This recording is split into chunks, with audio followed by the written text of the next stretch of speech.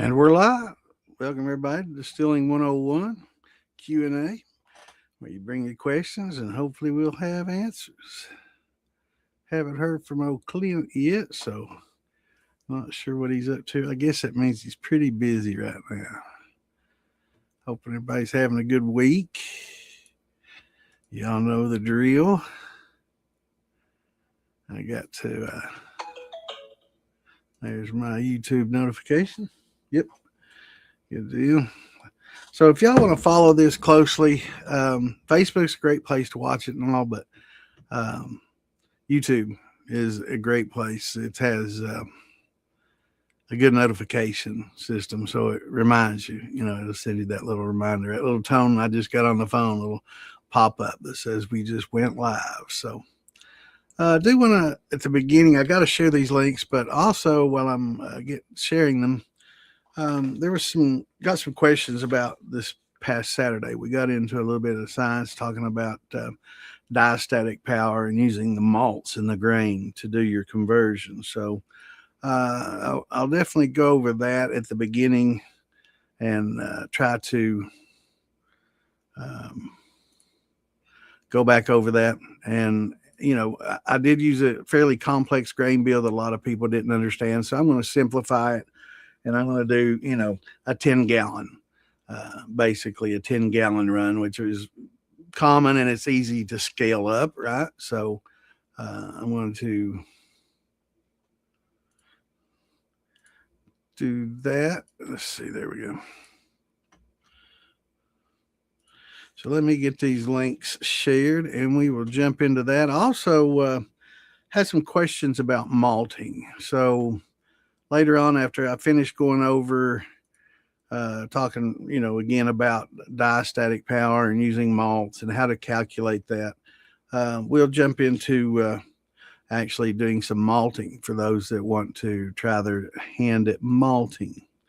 Barley for a lot of people is pretty tough to get for me. And a lot of people generally buy their barley already malted because of its difficulty to obtain. But a lot of people will also want to learn to malt like wheat, rye. So those are going to be pretty similar, right? They're going to have pretty much the same process as the barley. So we'll go over it and talk a little bit about that later.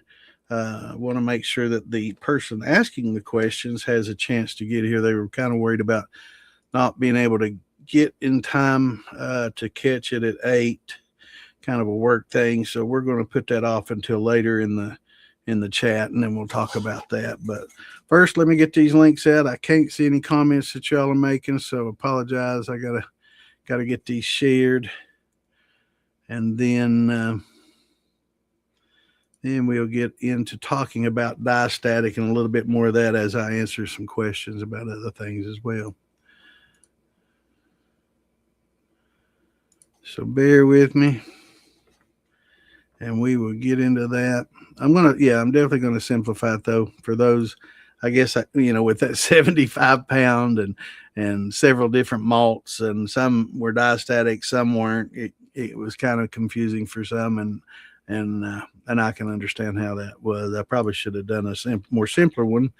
But the actual individual that asked the question, that was his grain bill, so I wanted to address it directly. So that was a question that I got to answer, right? So don't fault me for that. Just trying to help. So I definitely will try to do a more simple, more typical grain bill, and then we'll go over that and talk about how to calculate it. It's very easy. Once you do it a few times, you won't need calculators, but if you do get a complex grain bill like that, there are Big Easy's got an app out that's got calculators built into it, and also online you can pull them up. If you just do a Google search for grain calculators, you'll find some for that as well. But if you go to the DIY Shine and Steel Bidding page, I'll featured Big Easy's app on the very top. So when you go into the group, it's going to be at the very top, one of the first things you see.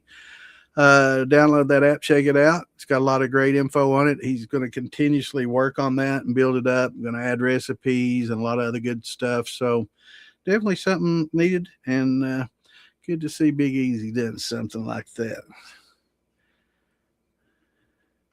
He's a pretty good fella, pretty sharp tack too. You think them old boys don't have it going on, man. They know computers and programming, and it's kind of what they did before they got into this. They worked on computers and salvaged them and did a lot of stuff like that. So they know what's going on. Him and Phil both. So give me just a chance to get a few more of these shares. Somehow difficult me. I don't know. I can't find them. You'd think that'd be easy to find in this list. But we'll see how many I can share. Man, here we go. There it is. Tonight, let's see if it's more than usual.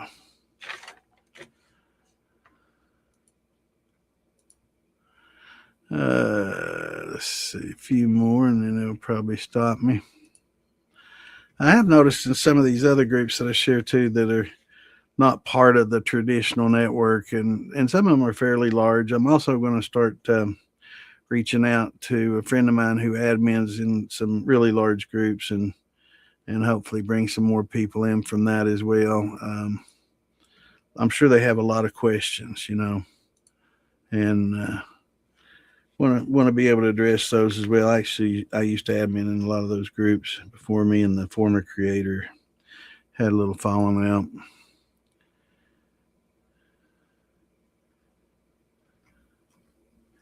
But let me get a few more of these shared till it stops me. Oh no. So there, geez.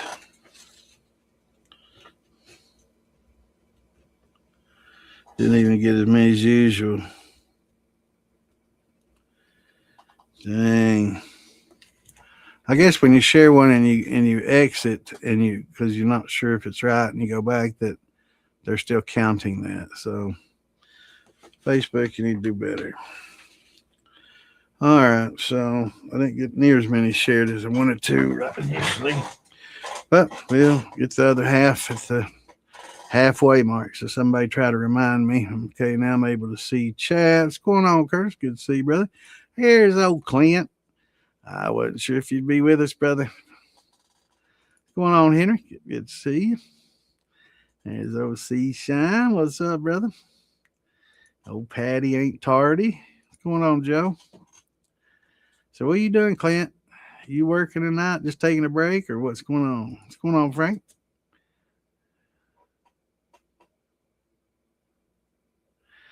Definitely attenuate well. We like that attenuation. We sure do, brother. There's Tor's back. How's it going, brother? Or sister? I think that's a lady. Last time, I think I think last time I might have said brother, and she's like, might be a girl. I think that's a lady. If I'm mistaken, let me know. But I'm thinking Tora is a girl. And I like fish. I used to have a bunch of fish too.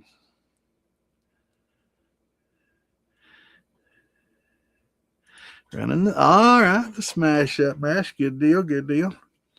Good to see you in here. We were just talking earlier about malting. So let me finish talking about the diastatic, and then we'll jump into malting since you're here. Yeah, it'll be this weekend. Yeah, so we're having it tonight, but not this weekend. Saturday is farm to bottle. So hopefully everybody that can come out there will come out there. I'm going to be doing a Q&A there on site Friday night and probably maybe Saturday night as well. I'll probably be joined by some other individuals that are very knowledgeable, and we're going to sit down, and I think Woody and who else? Wayne maybe, and I'm not sure who all. Jason Bartoluz, yes, Jason and Woody. So it should be pretty good.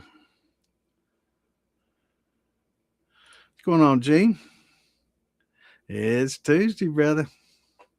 So we won't be here Saturday for those, and I'll mention again towards the end. Taking a break. All right, good, good. All right, we got a question here. You got a 13-gallon pot. I'm about to make my first batch. How much do I throw away at first? Generally speaking, it will definitely vary. So I wish there was a magic number that you could just immediately say 50 milliliters for every gallon, or or something like that, which is kind of a thing. But it will vary. So brandies are going to have more than grain. Uh, you know, grain's going to have more than sugar shine. So it really depends on what you're distilling to how much heads and fours you're going to have. But a 50 milliliters per gallon has been a pretty standard, I guess, number for people that are just learning. It will vary. So you definitely need to learn how to smell, taste, and feel the heads, right? So you need to be able to smell that, that acetone, that fingernail polish kind of smell. And a lot of times when you run your fingers under the drip, you can, a lot of people like to push their hands and smell it, and kind of if it burns your eyes a little bit, you still got some in there, and visualize it. Yes, sister, wife, lady. All right, all right. I was thinking so. Yeah, I used to keep fish as well. But anyway,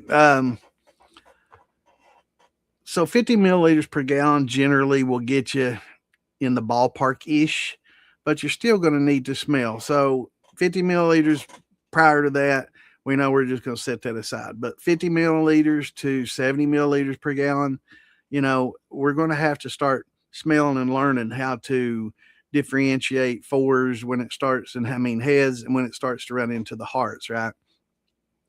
But that will give you a pretty good idea when to start collecting smaller jars, right? So we're going to go ahead and collect up to 50 milliliters per gallon. If you got a big, huge jar that you calculate, you got 13 gallons, 13 times 50 is 80, or is it 65?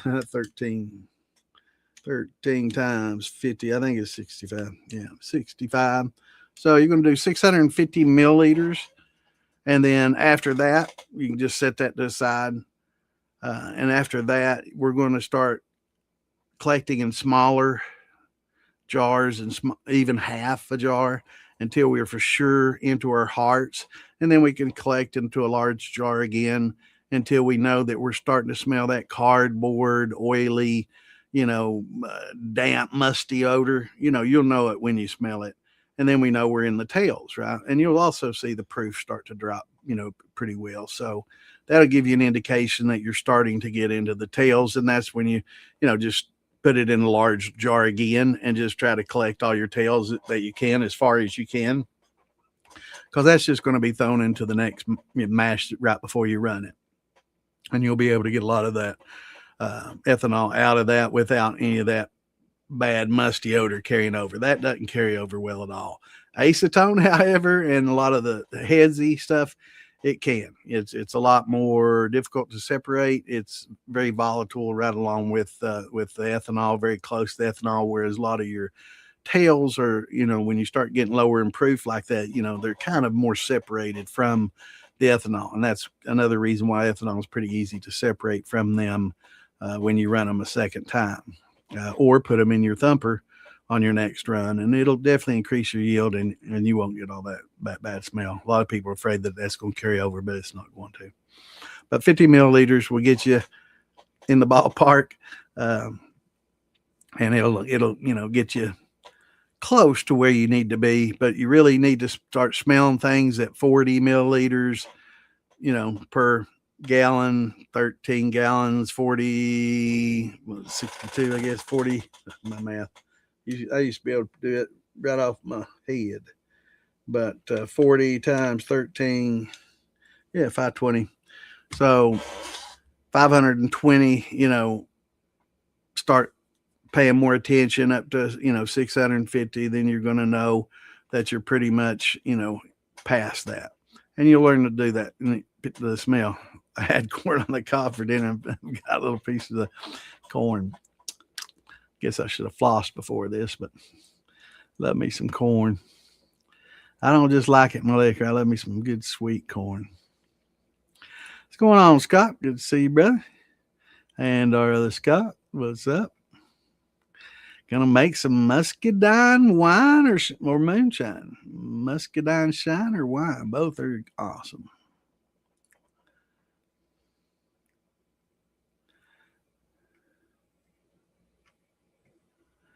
Yeah, that's for me too. A lot of people will save the heads and they'll mix it with the tails and they'll do an all faints run. For me, I just, I'm not that desperate for alcohol. I'll just put it bluntly that way. Um, it does work, and some people, have done fine things mixing it with the tails and rerunning it and making cuts again and cutting them out. But you're putting heads on heads, and when you do that, you're kind of concentrating, especially four shots if you're keeping those as well. So you definitely need to learn to make cuts if you're going to keep compounding those like that, because you continuously save those. When you make that second run, you save them again, make that third run, save them again. Once you do that so many times, the next run is just going to be pure four shots, right? And it's not going to be good. That's how a lot of people, greedy, a lot of these third world countries will save hearts and tails and rerun them and rerun them and rerun them until they basically just concentrate those fours so much that, it's almost pure methanol, but enough parts per million where it'll do liver, body function damage or body organ damage and aim or kill people. You see it in the news every once in a while. But usually third world countries. I think last time I read it was a few years ago in India. Something similar that happened. They kept saving that brandy, um, fours and heads, and kept rerunning them, trying to squeeze the ethanol out of them. And pretty soon it was just pure methanol. And they just, well, this is just some shit. We'll just give this to some of the poor and just to kind of sell this cheap. And a lot of people in the community died. It's pretty sad. What's going on, Cave Daddy? Good to see you, brother.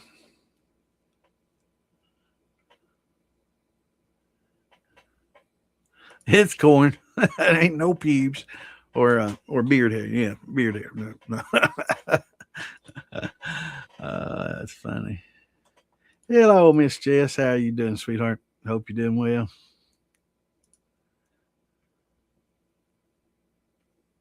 Yep, definitely.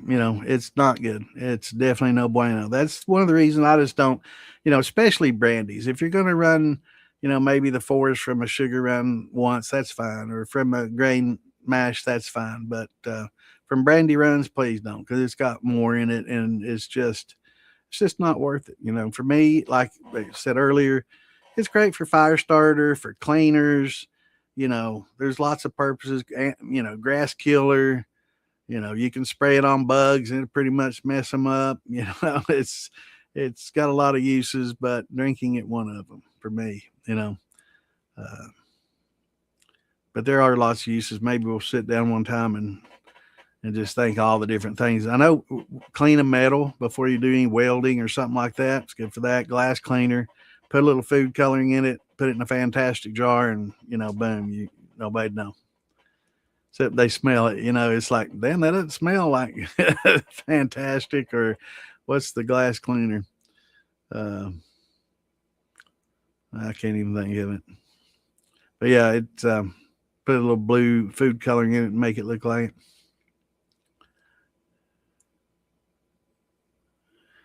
Hello, Miss Laura. It's funny when you watch on the phone, it'll say so and so's watching, but it doesn't tell me on here. I guess I should. I guess I should probably keep a look at it.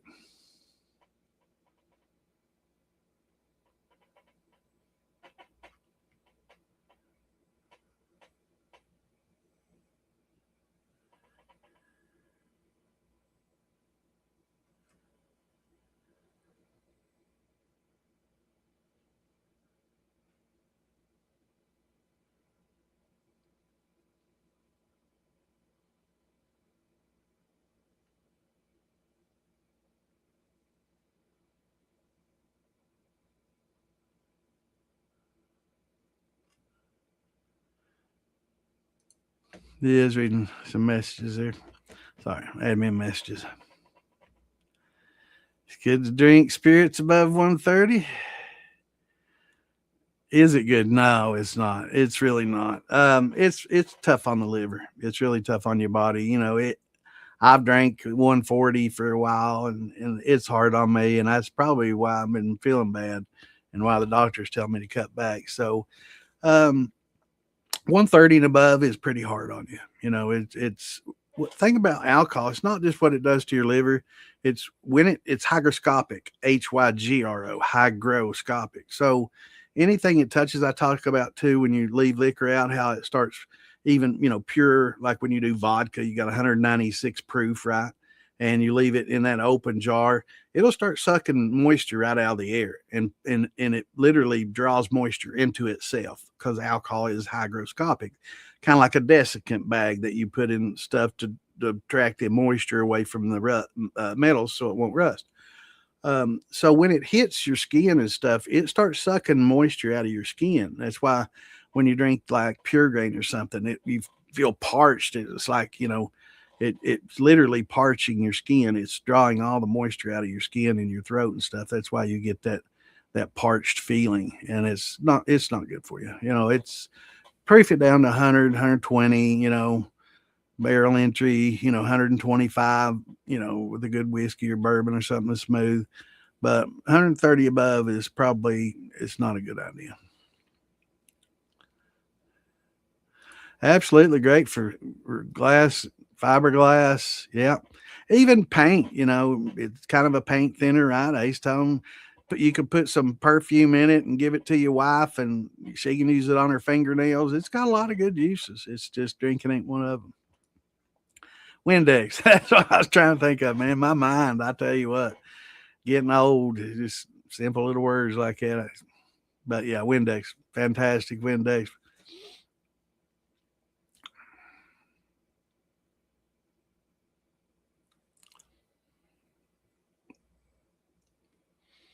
Yeah, I hear you. I hear you.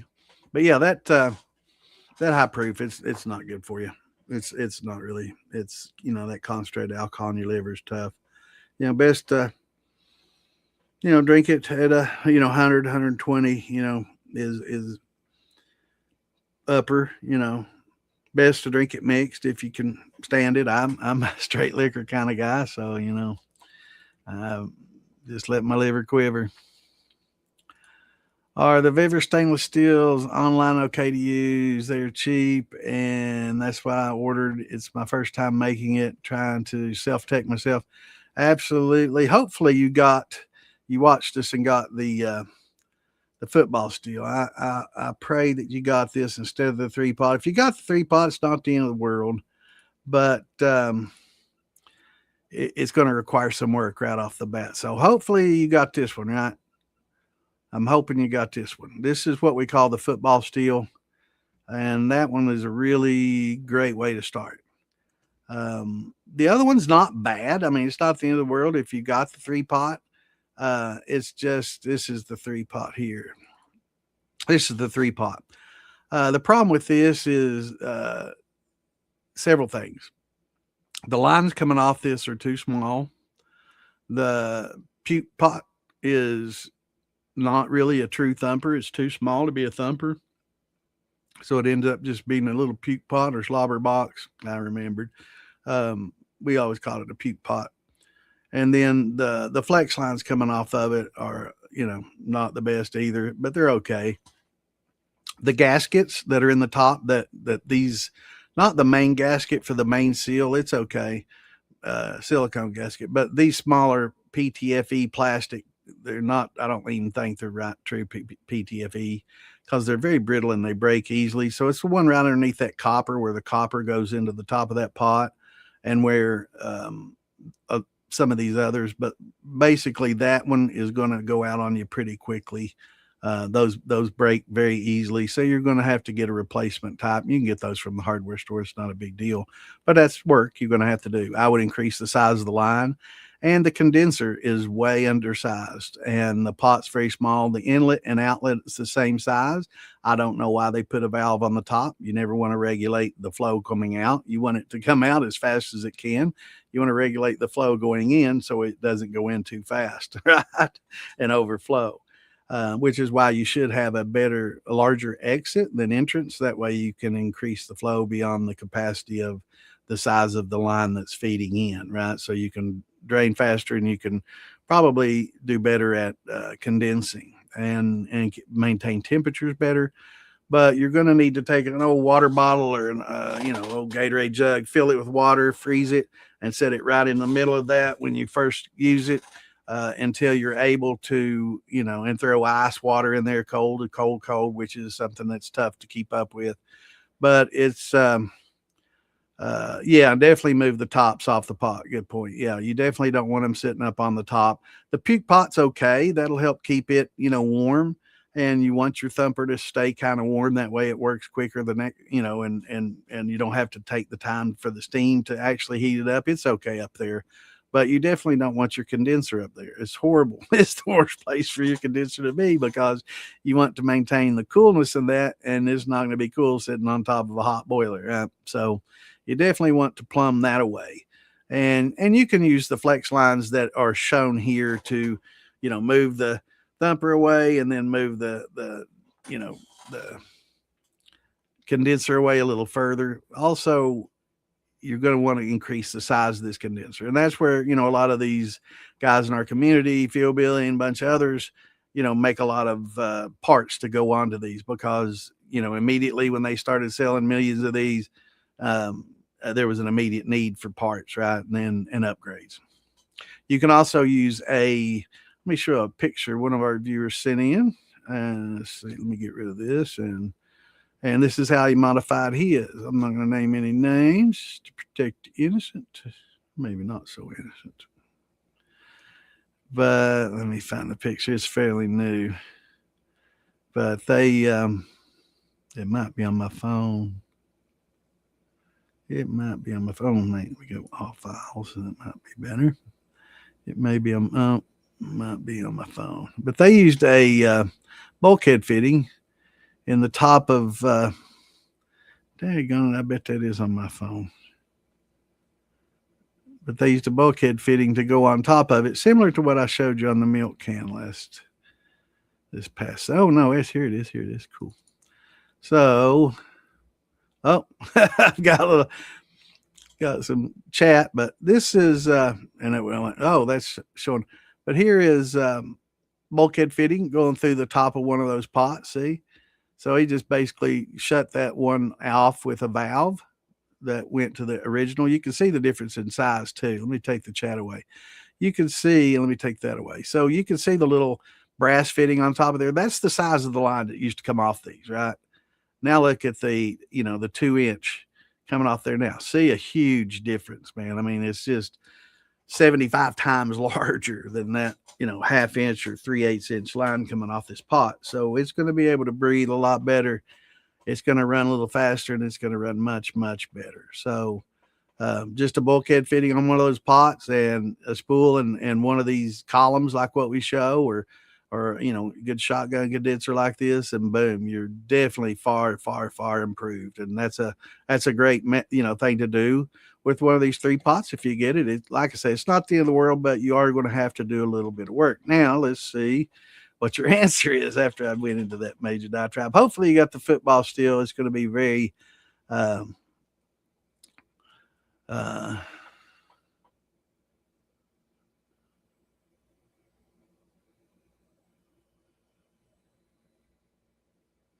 absolutely. Absolutely. Great for, even your charcoal briquettes. You can use it to help start those for your barbecues, and they're great for a lot of things. Just drinking ain't one of them, but absolutely.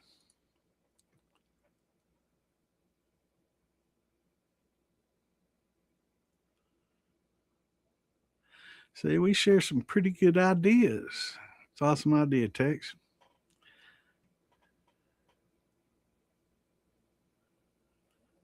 But it is an inexpensive way into a decent sized pot. It's a 13-gallon stainless pot with a good gasket on top. It's just a little bit lacking in a lot of the other areas. So, thank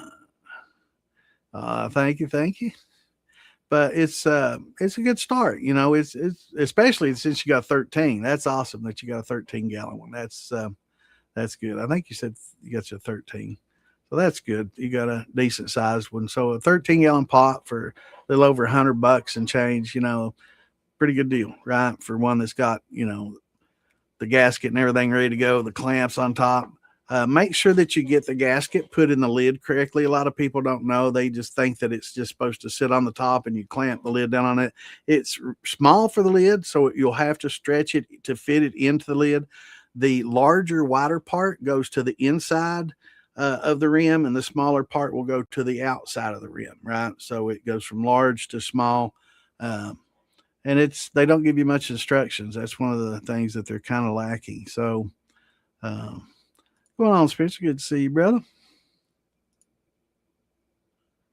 So, Scott, which one did you get, brother? Let's see.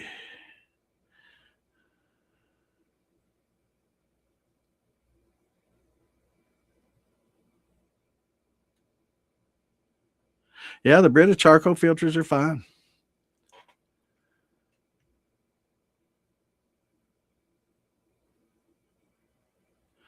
Okay, what's my thought? Me leaving jars open to let volatiles evaporate. My thoughts that maybe you run too hard stall. Well, you're always going to get, even though no matter how you run, you're always going to get heads throughout your run. They've done, the gas chromatography and all this, scientific methods to know exactly what compounds are present in fours, hearts, and tails. And they're finding that there's heads all the way through it, right? And a little bit of fours, even, a little bit of methanol all the way through it. Not enough to hurt you, but there is a few parts per million there. But even more so of the heads. So they found that, it's all the way across. They do tend to evaporate more readily. So if you leave a jar open, and I had a friend that I talked with, and he left his jars open for like a week, and half his alcohol was evaporated. No, we don't want you to leave it open that long. Just for a short period of time, like for 12 hours up to 24 hours. Some people do 48. Keep an eye on it. Ethanol is going to evaporate too. But for 12-hour period, just put a little thin layer of cheesecloth over it. Just keep bugs and fruit flies from flying in. They love the smell of it. And keep the critters out and keep dust out. If you have a dusty place, if it's in a, shine shack, they tend to get a little dusty. So, it'll help keep a lot of the dust out, and it allows it to respire. It'll breathe, and a lot of those volatiles will evaporate off, and you'll get rid of a little bit more that way. Not all, but you'll get rid of some. It'll help smooth it out. And then, of course, just close your jar up and let it sit for a month or three, and let some of those estrify, right? Some of those esters in there will soon start to estrify. And you'll notice that it doesn't have that fingernail polish smell anymore, slight, especially right there where the heads and hearts kind of meet. And you'll notice that goes away, and you start getting some florals and some, fruity notes. And that's just due to esterification. So that's esters and acids combining to create polyphenols and flavonoids and a lot of different uh, fruity notes, and it'll definitely help. Question: when clarifying and straining a fruit or berry bounce, what type of filtering? First, I would just use mechanical. Coffee filters, they don't hold up long. If you've got a good size funnel, fold them in a kind of a triangle and put them in that funnel, and just fill the funnel up, walk away, come back, fill the funnel up, walk away. I know but once they get, filled up, it is slow. You can use other cloth. You can use just regular cotton if it's clean, and it'll probably go through the cotton a little quicker, or cheesecloth, that'll work as well. But if you want to, you can use that's kind of mechanical filtration. But if you use a Brita, that's mechanical and a little bit chemical.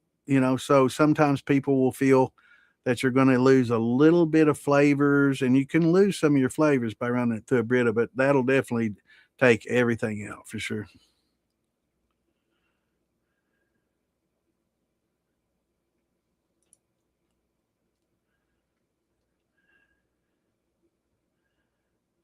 Yeah, that's what we called it, the slobber pot, slobber box, or puke pot. Yeah.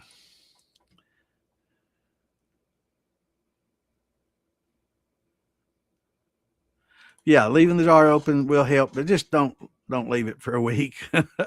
Just 12 hours, should be plenty. Right, just anything cotton. Just don't use your wife's pantyhose like Clint does. I don't like that nylon and all that rayon, polyesters. Nah. Clint likes using his old ladies. Or maybe they're his pantyhose. Oh, I shouldn't say that. I love my brother Clint. Did Dolly die today? Holy shit. I had no idea. Man.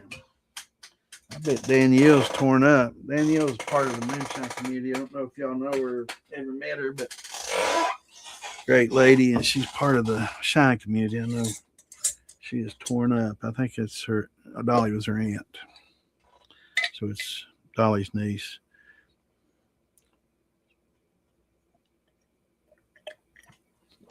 Yeah, I hate to hear that. Yeah, I liked old Dolly. She was a character, good person.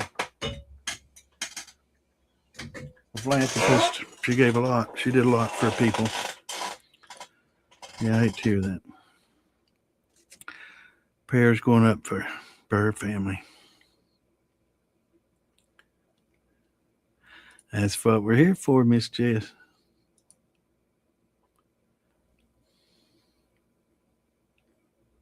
Yeah, the lightest and the most volatile, which are the fours and the heads, they do the first. They evaporate the first. And the same, when you're doing a fractional distillation, that's why we kind of remove a lot of the first, is because a lot of times they are in a higher percentage, they're the first to come off. But because of azeotropes, we do still find them all the way through, right? They bond with the other chemicals, the ethanol and the water and other things, because they're azeotropic. So we can't just in a pot still separate them completely out like fractional distillation. That's a lot bigger, still a lot more expensive setup, and really not practical for hobby distillers to have. Probably tens and tens of thousands of dollars to have a simple one, hundreds of thousands to have, an average one that a lot of these distilleries use. So fractional distillation is awesome. It's basically a big, huge column. And at the very top, they've got an output that pretty much produces heads and fours. Towards the middle is where your hearts will come out, and towards the bottom is where your tails and stuff will be, because as it goes up the column, the lighter, more volatiles go to the top. The hearts kind of tend to, and there's more than just three outputs. There's multiple outputs, and they can kind of pull any combination of it all the way down, but they can separate it inside the column like that. It's called fractional distillation. Don't even try to do it on a home pot with a small column. It's just not going to work well for you. I will say that this football still is called a rectification head. You can see the little port in the top that's used to allow the four shots and heads to not evaporate out, but you put a tube on that and run it to a separate pot with water in it, and let those gases go through the water and vapors go through the water and kind of condense in the water. And it's supposed to remove a lot of the heads and stuff. Great idea, but not really large enough to be practical. The little valve in the bottom of the football head is for the tails that fall and condense a lot of the water, and tails will end up there puddling. Probably a good idea to every once in a while, if you had this head and you use it often, to put you a small jar underneath there, and every once in a while just drain that off, so you don't have your hearts bubbling through some tails that are in the bottom of that, right? But that's called a rectification head, and that's a little bit different than fractional distillation, but similar concept. But in a cap that size, and an output that small, more thought than function, I'm afraid. That's all right, man. It's not the end of the world. I mean, like I said, boom, with another $100, $150, you can have a nice little column like that coming off. Let me show you a column that works real well. And I'll show you what was sent to us last week. And this is for a milk can, but you can use the same thing for your Vevet pot, right? It's the same. So it's just a different steel, but you can do this. Here's this is the bulkhead fitting, right? So this inch and a half, get the 2 inch. I just showed this for a picture, and it's $16. I think the 2 inch is $1.50 more, $17.50, about $1 more. So it's not that much. Go two. Two is much more common in the hobby, and that just happens to be what this little column right here. So with this column right here, you can eliminate that first spool that you see the cutaway showing the copper mesh inside of that. You can take that away and just go into the sight glass and go into a smaller spool, and then elbow and out through the shotgun condenser to get a pretty simple, straight without a column, no reflux, any of that, and run it pretty much a pot still mode. If you want to get some reflux, you can use that large spool at the bottom there with the cutaway showing the copper mesh, have the copper mesh in there. And the sight glass is great because it'll show you any puking. So I like that to sit on top, especially right coming out of the pot. That way you can see if it's spitting a lot of, puke out, that you can slow it down if you're getting a lot of puking, so that helps. You can put it higher up the column to see if you're getting puking. Actually, you can buy a couple of these. It's a great value for the parts you get from it. You're not going to buy a spool that size and then a sight glass and then a deflegmator and then an elbow with a thermometer, which you don't need, and another elbow, and then a large shotgun condenser stainless with a drip connection. You're not going to, those are generally $125 to $50. To buy those parts separately is going to cost you over $200, well over $200. So it's a great value to buy these whole. You can set that right on top of your pot with that bulkhead fitting. And let me show a picture of the milk can that somebody was asking about last week. I thought it was a great idea that they got going on.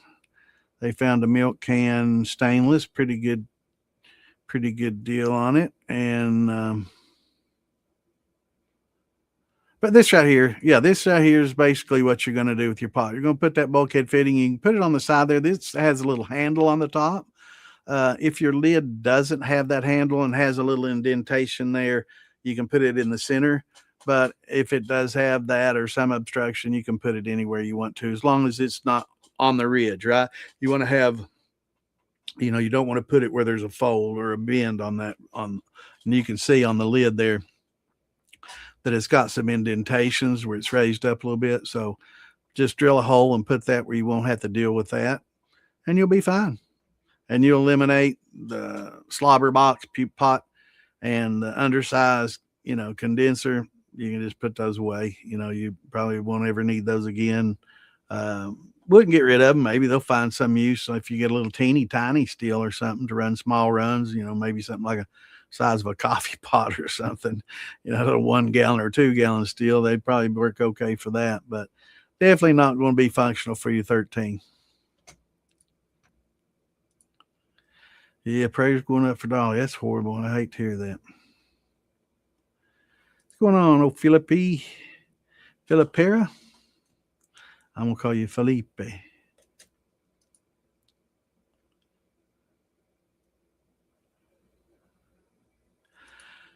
Well, I mean, you don't have to if you can. The football is going to be a little bit more expensive. I recommend going to the 15 or the 18 and a half. They're like $230. If you wait until Black Friday or something like that, you're going to get a really good deal on it. If not, you can, all's not lost. Basically, what you're getting with the football steel is a ferrule that's already built into it. So that's the big advantage. So for $17, you can put a ferrule in the top of this one and still be in it cheaper than what your football steel is going to cost. But you're not going to get the head and the condenser, that come with it. But a lot of people don't use those anyway. When they get those pots, they start running columns and other things off of it. You can get copper caps to put on there, and horse heads and other things to use. So all's not lost. I mean, if you can send it back and get one, that's fine. It's going to be probably about, for a 13, it's probably going to be close to 200. For an 18 and a half, is going to be close to 250. So just for $50 more, you can, get 5 more gallons of volume. But if you don't want to run that much each time, it's not a whole lot. Still way underneath the maximum size that's recognized as hobbyist, which is 30, some say 50. Anything above that's more of a craft distilling. But I've seen craft distilleries, legal craft distilleries, running on 30, 40 gallon pots. So, but yeah, the footballs, it's very convenient because it's got the tri clamp built into the top. So that gives you a leg up, and it's something you're not going to have to work on. You're not going to have to buy a bulkhead fitting and do all that for. Kind of ready to rock, straight out of the box. You want to clean it, very, very well. Use hot water, Dawn, and I mean, use a lot of elbow grease to clean the inside of that pot, because there are manufacturing oils in there. So clean it out real good. And you're going to run, a good hot bath, run some water through, steam it out real good. And that'll get most of the manufacturing oils out. You're not going to need to do vinegar and sacrificial runs, because you don't have any copper and flux involved. But I would definitely run some hot water through it for a few hours. You don't have to run your condenser. You don't want to run it. You want to steam it all the way through. That'll clean your condenser out, shotgun condenser, whatever, or in this case, if you get the football steel, you'll clean that cap out and the canister condenser. So, but yeah, run those out real clean. And if you want to do a sacrificial run with alcohol, because some of those manufacturing oils may not be, scrubbed out from the Dawn, wouldn't be a bad idea. It's not a have to, but is it wise to? I definitely would. I did mine. And I will say I ran just boiling water through mine and steamed it out real good. And I got a white cloth and just rubbed the inside of that pot real good, the lid and what I could, and some of those spools.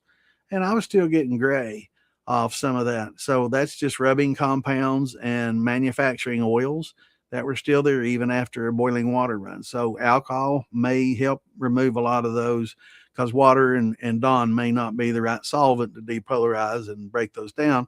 Alcohol definitely might be the trick. And so if you have heads, you don't, it's your first time running. So, but if you could get some heads or had some heads and you get a new steel, running heads through it, proof it down, run it through, that's fine. It's running alcohol through there. It's cleaning it out. That alcohol will clean it. I recommend taking a rag and getting just isopropyl alcohol. People say, oh, isopropyl alcohol, that's poisonous. You put it on your cuts, directly on your skin all the time, right? It's getting into your skin, absorbing through cuts. It's getting directly in your bloodstream by pouring it on cuts. It's not that bad. Don't drink it. But when you're scrubbing with it, it's something that's going to evaporate, and it's not going to leave any residue behind that's going to hurt you. But it will help remove a lot of those oils if you don't run a sacrificial run.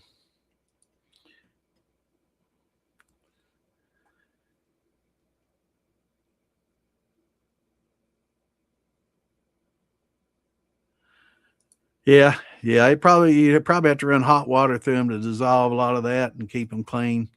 I just use coffee filters and cheesecloths whenever I, need to. Coffee filters are expensive though. I mean, you could use paper towels and napkins, get a good quality one, and they'll hold up for a while. But again, like Clint said, just any cotton, you can cut just circle pieces of cotton, fold it into a triangle, fold it over and over again, make a little cone out of it, and set it right down in a funnel, and that'll work pretty well.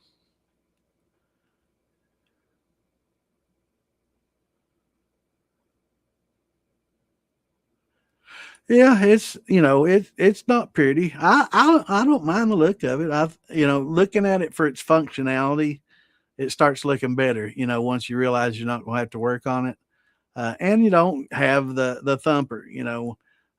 So that's something you can add later, and it's something that's really an intermediate towards advanced type tool anyway, and it's really not a good idea for beginners to try to get into the thumper right off the bat.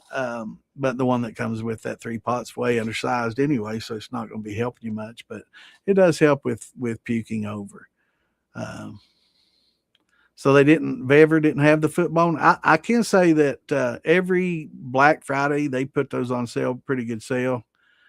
If you can wait, be awesome. If not, get that 13 and get you the bulkhead fitting and be ready to go. Also, if you notice on this one, it needed a little extra support. So you're definitely going to have to provide some sort of support, whether you run a hook to the ceiling and a wire down like I have to do because I have such a massive configuration on top of mine. But if you notice, this one has a little board supporting it. And that's all you need really, is just to keep it from tipping over and bending your lid. That'll work fine. If you could put a little U on the top so it doesn't slip around and it's against the edge of the lid, that'll work perfectly for that size. But if you start getting pretty complex, a lot of these spools aren't too bad, but the elbows and a lot of these parts are pretty thick. They're designed for like 300 psi, and they're designed for a lot of different uses other than what we use them for. A lot of industry uses them, so they're designed for a lot higher pressure than what we use. We use about 3 to 5, 7 psi max. If you have a lot of thumpers and infusion jars, maybe but these are made for quite a bit more than that. So they're really, really heavy duty. I think that there's definitely a need for a lighter weight, cheaper version. I'm sure there's probably some exhaust pipe company that you could buy some stainless exhaust from and weld these, ferrules to it and get a lighter product close to what we need. But these are pretty heavy duty, so they do have some weight. So, supporting it like that, definitely make sure you get a little support for it. What's going on, Mr. Pollen? Good to see you, brother. Yeah, I think it's pretty, man. I like football, though. Yeah, it's not the prettiest. It doesn't, have that nice copper, horse head coming up and that nice sleek lean arm coming out. It is. But when you do use this, make sure to get some copper mesh along with it. And you can put the copper mesh inside that football, and it'll help remove the sulfides and stuff that the traditional copper does. So it's useful for that as well. But one of the best things about this pot is it's got a pot and it's got a tri-clamp on the top. And you can, add, like we were talking about earlier, I was showing the column. You can put this right on top of it, right? Get the 2-inch, and actual pot that you'll get, the football has a 2.5, so you'll get a 2.5 to 2 reducer, and then you'll just put this right on top of that, and then you can make some of vodka and some of your higher proof stuff and get higher attenuation. Yeah.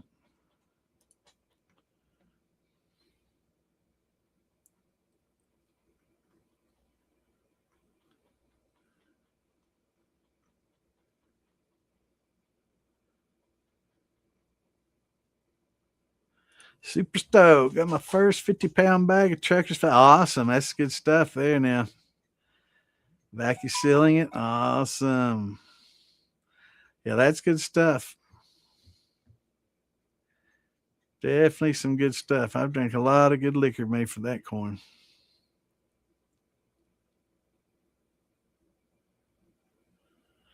That's right.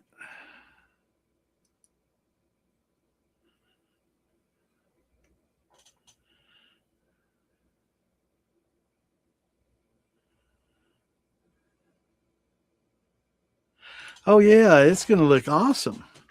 It'll be a lot prettier than the football. All right, so let's we can be judged here. Let's oh shit, let me see here. We can decide. I do like the sleekness of the milk pot. And I like the way it comes, has that more traditional tapered top, similar to a steel. Here's the reducer I was talking about, by the way, that you'll put on top of that football.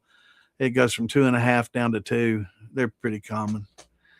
You'll definitely need that, or maybe a couple of them if you want to use that football head and go into something else.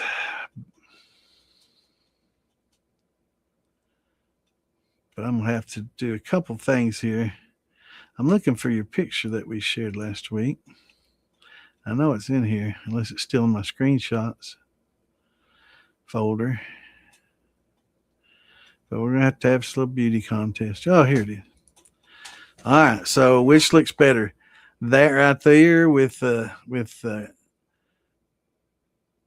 bulkhead fitting and ferrule on top, or that? I don't know. I like the tapered cap and smaller tapered top of this. It'll definitely help cut down on foam buildup and foam coming out.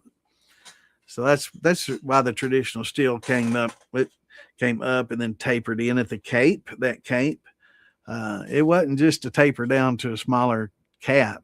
That cape helped control a lot of the foaming. So they'd stop your mash at the very bottom of the cape. Then you had all that airspace and then the cap coming off that to take care of the foaming, right? Because you can't even boil water without it foaming. You can imagine what a beer is going to do. So I don't know. You be the judge. Which is prettier, that or that? I don't know. I like the looks of that milk can pretty well. But they're both pretty functional. They're both going to work well for y'all. Thank you, sir. Thank you. Thank you. Yeah, it's been growing a little while. Starting to get, actually, it seems like it's thinning out some. I'm getting old and it seems like it's getting shorter and thinner. I don't know. So's my body and the hair on my head. It's getting a little thinner too. I'm getting shorter. It's starting to slump, get old. We're getting small. Yeah, a good 5-gallon bucket with a copper coil. Definitely. And I think Phil and other people sell that. They were just talking about that just not too long ago. So Phil and them will sell a half-inch or 5/8. You definitely don't want to go any less than half-inch. 5/8 or better is great.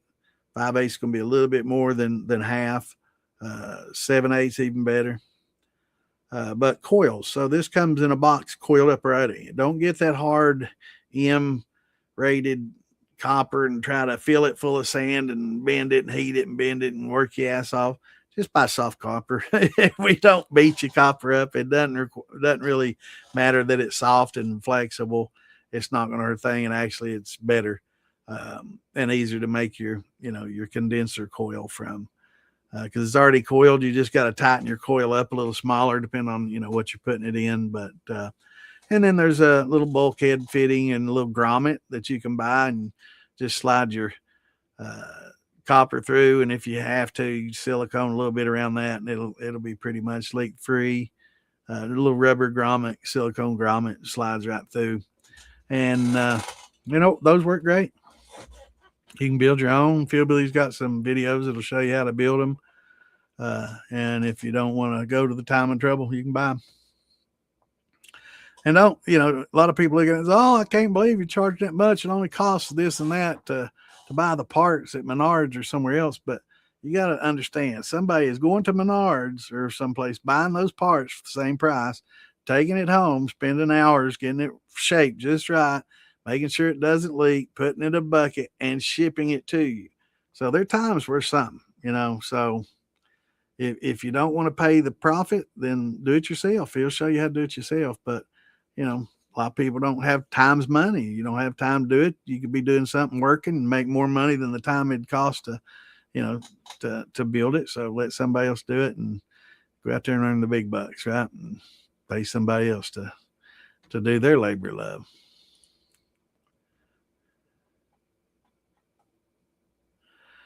Yeah. Well, I mean, there's lots of ingenious ways. I guess you could do it in a gourd if you had to, right?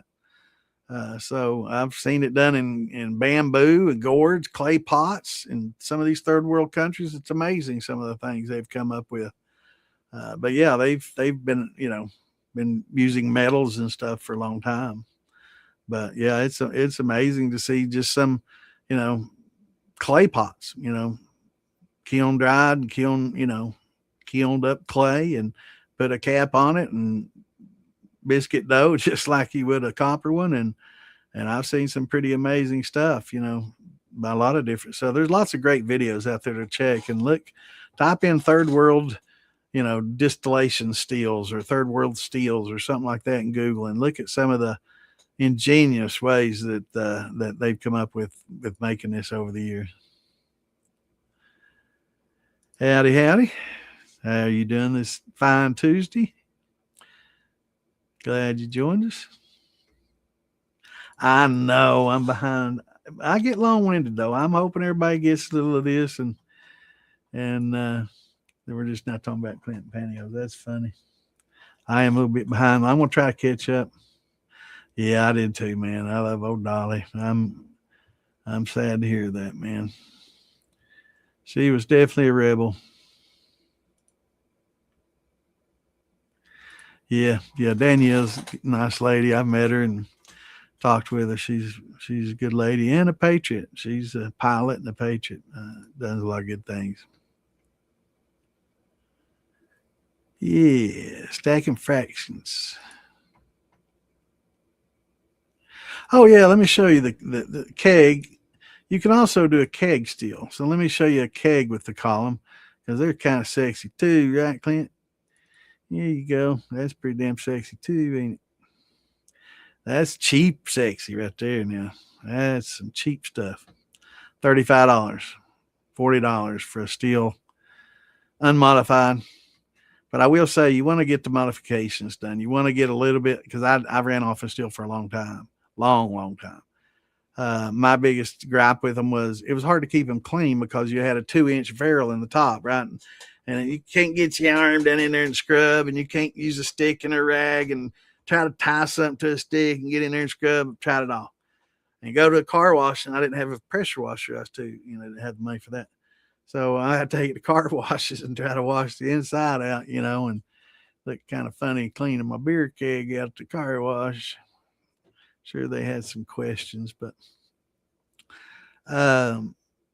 like a 4-inch or a 6-inch ferrule welded into the top of that, depending on the size of your arm, I'd have to get a 6. I couldn't get these meat hooks in a 4, but get in there and be able to scrub, it means a lot. So, and then getting one of those reducers to go from 4 to 2 or 6 to 2,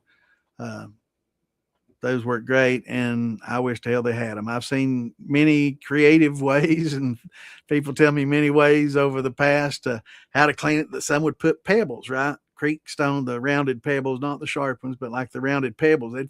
They'd fill that thing halfway full, fill it with water, and then just roll it down the hill and let those tumbling stones, kind of scrape and clean. Ingenious, right? I found it brilliant, but it's still a lot of trouble to clean it, to clean it out. So if you get your little 6-inch or 4-inch ferrule welded into the top, it's going to be able to get your hand in there and scrub with a Scotch-Brite, right, and clean it, keep it clean. But yeah, those are pretty nice too, and you can get any type of column to put on front of it. Doesn't have to be this one. In fact, I don't like this one all that well. I don't like the deflegmator. That's just a single tube in there, deflegmator, and that's like a Liebig deflegmator and a Liebig condenser. I'm much more fond of a shotgun condenser and shotgun Liebig. But you can see the sight glass on the top and the copper mesh that's loosely packed in there. I'd probably put a little bit more in it, but that's what keeps a lot of the sulfites out as your vapor goes through it. But yeah, that's awesome too.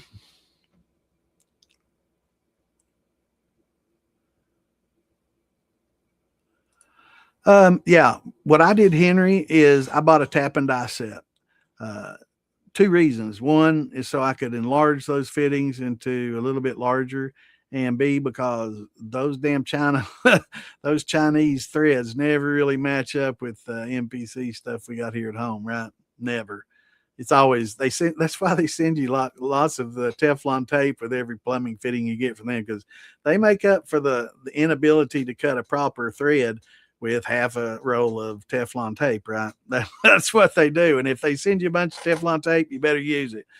But I just simply tapped mine out to a proper size and used larger, and I used elbows. I'll show you why. coming off these, you'll see that it goes straight out and then it kind of bends down. Well, what happens over time, especially these are kind of rigid, so they're not so bad.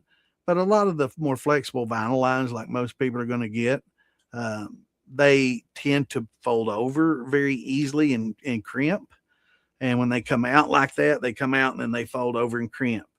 So if you have an elbow coming out and down, they come straight down and they don't crimp and they don't have gravity bending them over like that. So I got brass elbows and put elbows in there after I tapped them out and just use regular vinyl line. Works great. What's going on, Mr. Parker? Good to see you, brother.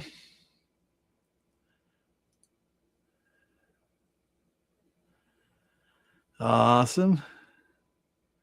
Yeah, so when it goes from 170, you're up there, you're in your head regions. Then it kind of mellows out to 140 for a good long while. That tends to be when you get closer to your hearts.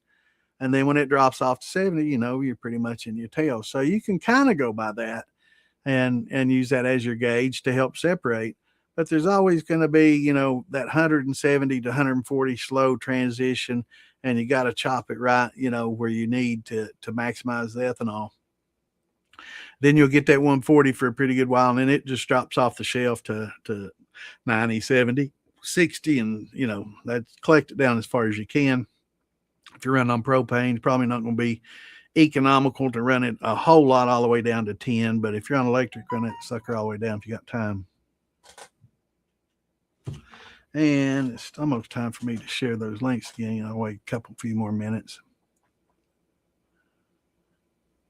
Right. Yeah. Just buy new lines and larger lines. And I think it was like 1/4 inch or something coming out of those. And I think I put like 3/8, or no, it wasn't half, but I think I went with 3/8, and just that little extra eighth, gave me, and larger lines going into it helped a lot. So the lines carried more.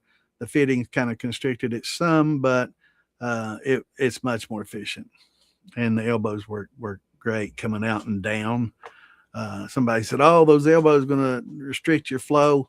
I'd rather restrict the flow with an elbow than have that line crimped over and restricting it dramatically. And that's what happens over time, every time, unless you got a really stiff hose. And mine needed kind of flexible. I like being able to run it along wherever and drain it. And so it works out pretty well.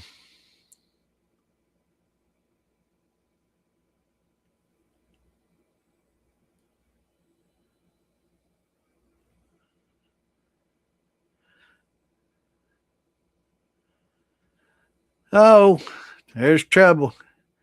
Trouble's in the house. What's going on, GW? Good to see you, brother.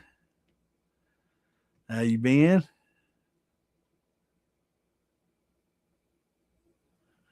Yeah. Steaming it out help, especially with copper. That vinegar, the acidic, but even acid and some other stuff. We know water's a solvent for a lot of things. Acid is a solvent for a lot of things, and then alcohol, is a solvent for a lot of things. So if you can run all three through, that's optimal, and you'll cover all the different solubilities, right?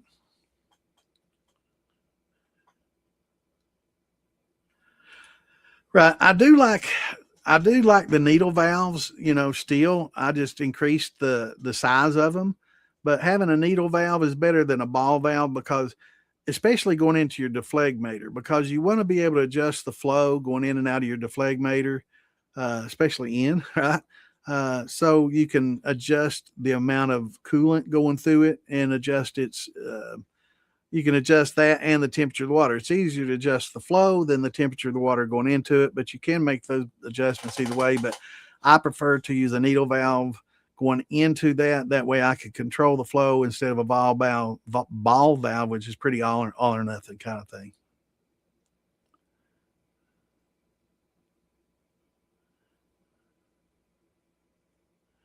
Oh, daggone, he didn't even hear me say howdy. He's been drinking all day. I guarantee you that wild man.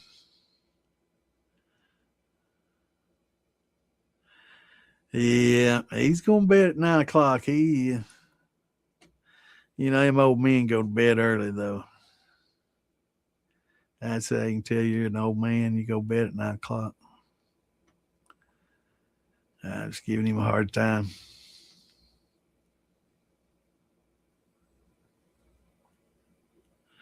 Yeah, they do get real heavy, especially those elbows and all the fittings and the sight glasses weighs a lot. The spool's not so bad, but man, those fittings, those elbows and everything, and the T's and unions, they're definitely very heavy.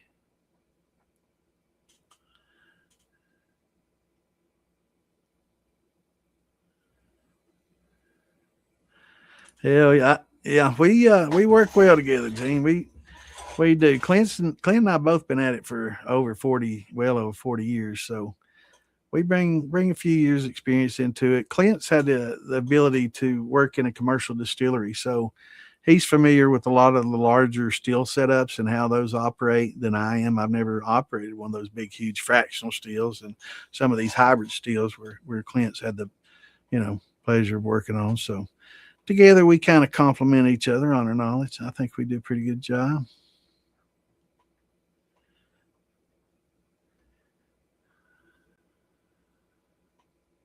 All right, let me get those links out while I'm thinking about it, and I'll be right back. But I got more to share this time because they cut me off early. Damn them.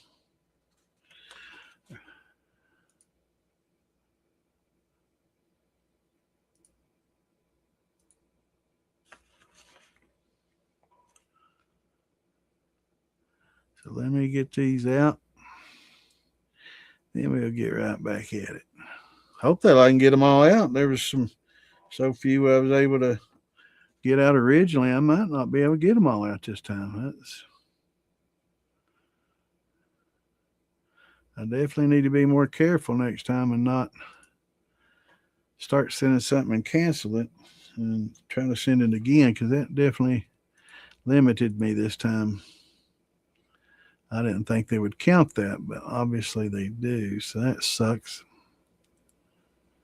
But I don't think it's somebody sitting there. It's just a digital thing.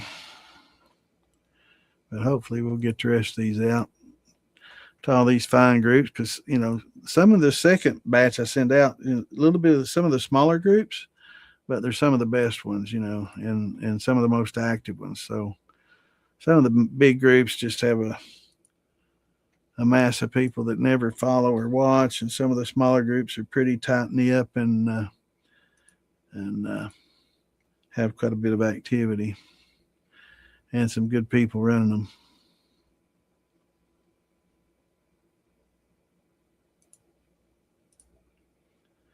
I like them, but a lot of them are in the same groups as well. So that's one of the reasons why I do them second, because a lot of them are also in, like the militia. A lot of them, pretty much most of the people in a lot of these groups are in the militia as well. If they're not, they should be.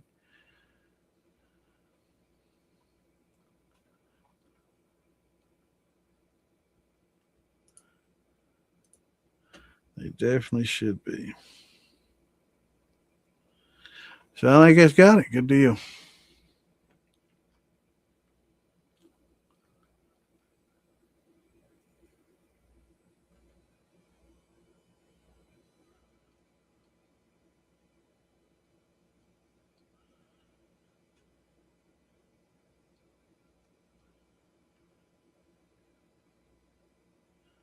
Second, I'm reading.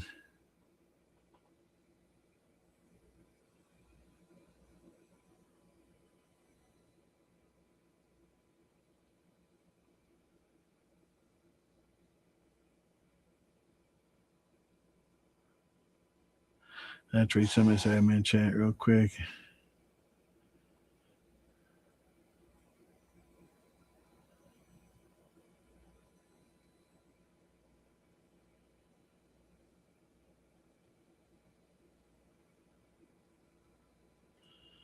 Yeah. Okay. All right. So I did promise that we were going to talk about. I wish that was the case, man. I'd be getting it constant, man. I'm losing it all, bro.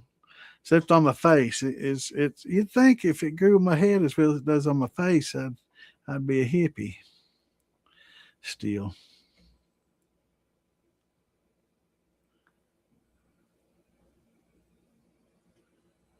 Okay, cool. Phil, Felipe. All right, we'll call you Phil. Phil Billy is our brother, and he's the one that runs Moonshine Militia. So, anytime you hear me talking about Phil, I'm talking about Phil Billy Moonshine. If you want to see, check him out, YouTube, and I guess you can see the streamer at the bottom, philbillymoonshine.com.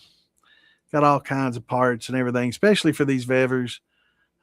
And lots of good videos on YouTube on how to. So if you want to do a lot of the work yourself and you don't want to pay him to do it, he'll teach you how to do it. That's the kind of guy he is. So, if you want to pay to do it, pay him and let him do it. If you don't, you want to learn to do it yourself, he'll have videos to show you how. So that's pretty good, isn't it? Yeah, the vevers work fine. They they work as well as anything. A lot of people, oh yeah, that old China pot on the stove. I've seen liquor come off those that are a lot better than they put out in their 50-gallon copper rigs. So, it's more about the game, not the steel. So up your game if you're going to talk that. But nothing against copper steels. Copper steels are definitely the best, but there's a lot of maintenance that goes along with it. So just know that going into it. But as far as just price and for the hobby, kind of hard to beat. And they put out good liquor, especially once you start learning to put that copper mesh in there to remove sulfites. If you have a mash that has a little bit more sulfur in it, a lot of times when we beginners uh, make a mash, it's going to have some stresses that cause hydrogen sulfide to build up a little bit. So that's going to be common.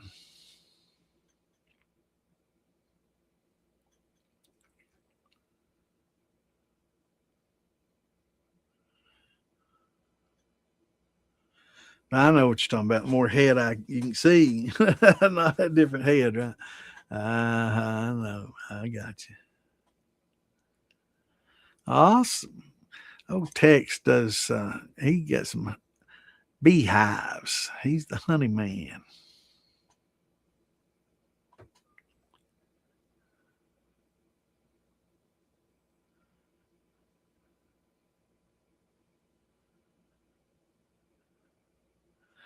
Yeah, that's awesome.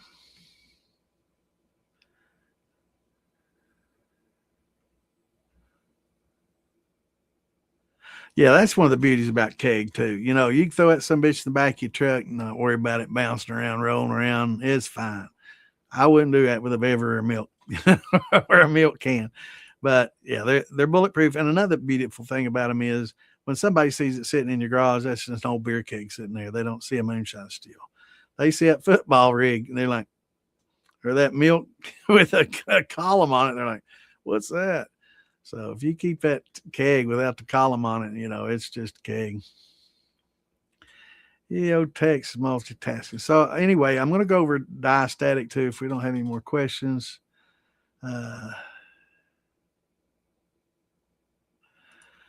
Well, you want to make sure that it's not proofed real high. A lot of times people associate moonshine with high proof, and that's because it's not regulated. In a lot of states were even like pure grain. I grew up thinking everybody could just get 190 proof pure grain, like it, like you do at the liquor stores here in Kentucky. But no, Ohio it's 150, 60 or something like that.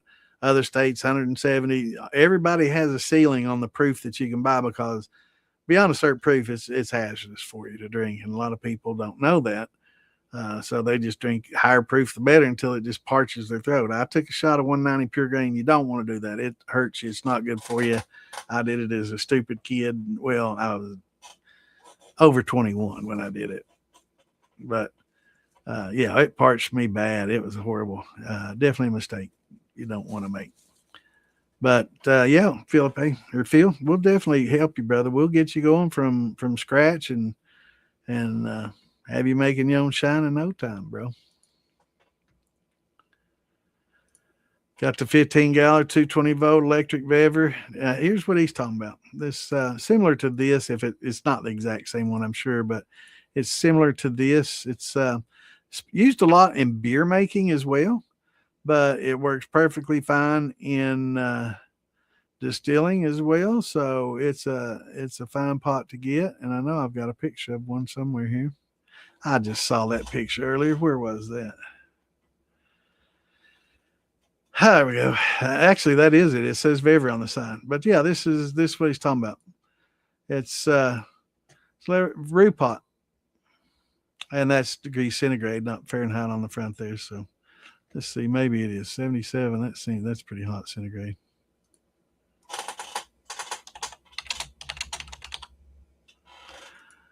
It would be 170. No, it isn't that bad. So that's probably what it is. That's Celsius, and I think you can adjust them to also go into Fahrenheit if you hit the buttons on the front right. But yeah, that's what he's talking about. Little bever brewing pot. Well, not little, 15-gallon, but they'll have sparge tubes and everything. They're in the false bottom, designed for brew making, but you can replace that glass top with, they make a copper top. I know Appalachian will make them, Phil makes them. A lot of people will make them, but you got to give them exact template or dimensions of the top, and they can make you a little copper cap with a bulkhead fitting in it, or a welded soldered fitting that you can go into, a 2-inch tri-clamp system. But yeah, they're nice little systems. I contemplating getting one of these. My only concern when I got one of these was what happens if the heating element goes out in them. I will say, once your warranty's up, there are some hacks out there that you can, there's switch for high and low. There's a hack out there that allows you to do, I'm not sure if you can do both at the same time, or if the hack just allows you to do both at the same time. I think some of the older ones only had a medium and high, low, medium, high. And if you did the hack, it could run 2 coils at once or something like that. I don't know that much about it, but I do remember something to that effect. But those are nice systems too. They're made for beer making, but they'll distill just fine. You can crank the temp on up, and it'll take it from 77 on up to, which is 170, I think it said. So it'll take it on up to the 190, mid 190s that you're going to need to start distilling. I did notice in some of the groups earlier, a lot of people talking about distilling with a pop temp of between 170 and 80. Don't ever listen to that. Whoever says that's never distilled with a thermometer on their setup, or they're looking at vapor temps or something different. If you're running a typical mash that you haven't put tails in, that's not pretty high proof, or you've proofed down to 40 to make a second run, right? Or 40%, 80, less than 80 proof. Then, you might get something coming off in the mid 180s, but a typical mash is not going to boil anything off in the 170 to 80s at all. A lot of people know that it says boiling point of ethanol is 173.1, and they get it in their mind, oh, so that's the temperature that you need to cook on these steels. They've never done it, and they're talking like they're talking a big game like they know everything about it. But anytime somebody says that, either they've never run with a thermometer on their steel, or more likely they've never run at all. So when you see that, that's a big indicator that the person that's talking has no clue what they're talking about. Unless, of course, they're talking about vapor temps, but still, that's that would be at the top of a long column.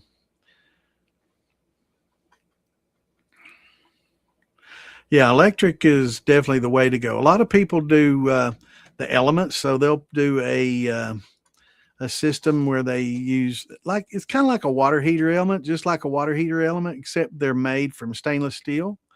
And you can weld in a 2-inch ferrule into the bottom section of your steel, and put one of these elements in there that I obviously don't have a picture of, but I thought I did. Let me get one pulled up here. Damn it, man. How do I not have an element? Well, we will after this, won't we? All right, let me cancel that. Let me open up. Man, this admin's chat's going crazy tonight. I hate that I'm not able to follow it, but got things to do. Let's see. All right, let's do ORD stainless. elements. All right. So you can get these, and you can get them wavy or straight. The wavy ones seem to be better because you get more surface area in a shorter area. So some of the long ones may not want to fit into a smaller pot, where these wavy ones kind of take up a little more space. But I'm going to go ahead and price this for the 5500 watt, which is pretty typical. I'm just going to pull up a Amazon clip on it.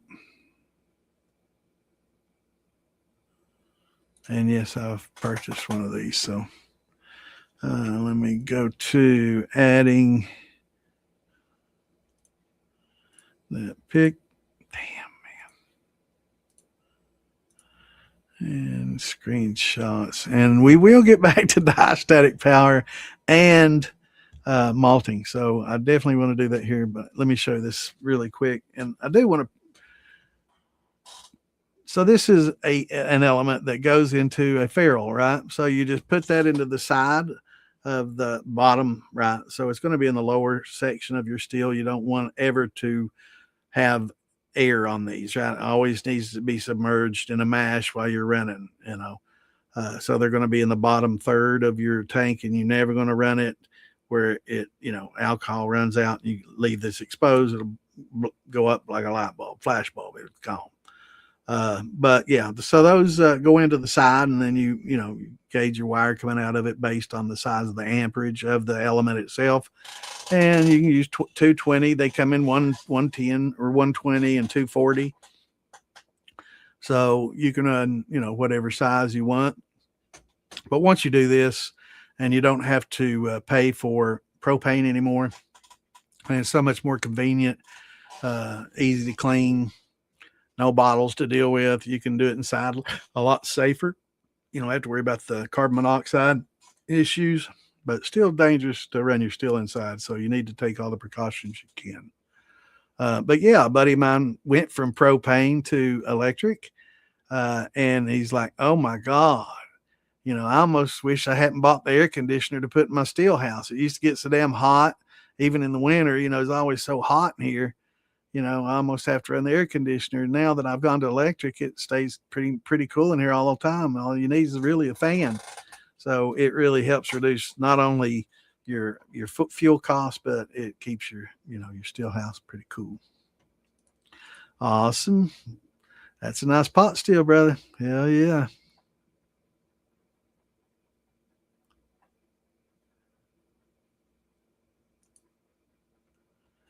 Get electric, man. You will be. I always thought, man, there's no way that's not going to scorch.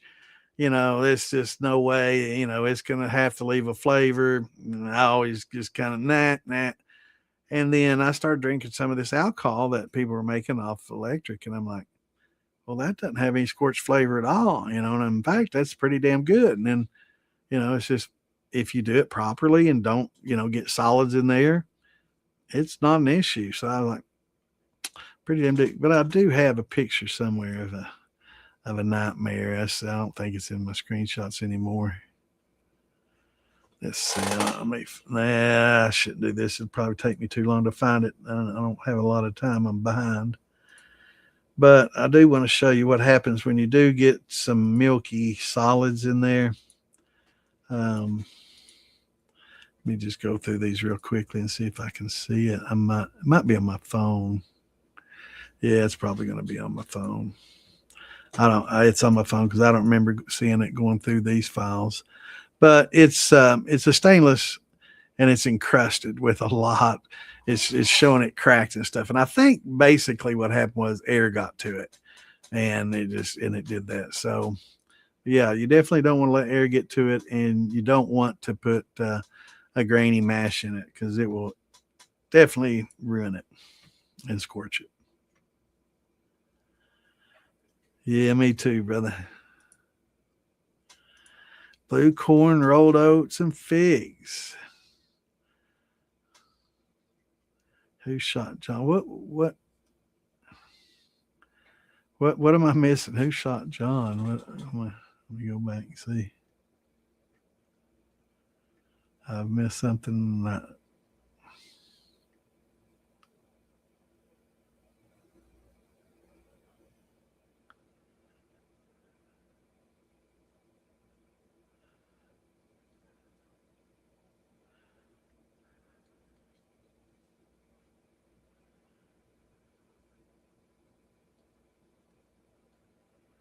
I'm missing something. I did miss a question, and I think Clint got it. So that's good. That'll help me keep ahead. What's the guy's name that just posted the absinthe vid? I didn't see it, but I do know that Phil Billy did an absinthe vid just recently. So that's probably him. Yeah, for sure. That's Phil. Yeah. Well, we compliment each other on our knowledge. It's we learn from each other. Yeah, Phil Billy posted that. I'm glad I'm getting ahead now. I'm getting caught up. Absolutely. Yeah, that'll be fine. Definitely work fine. And the thing about any larger, I would definitely want to go larger. But it just takes longer time. It's definitely going to heat it up to the temp you want. It just takes a little bit longer. Whereas larger elements in that same size steel would take a little less time. So, at 3,500 watts is going to be, 20% faster at heating it up than yours, but it'll do the same thing. So, yeah, you'll be fine, brother.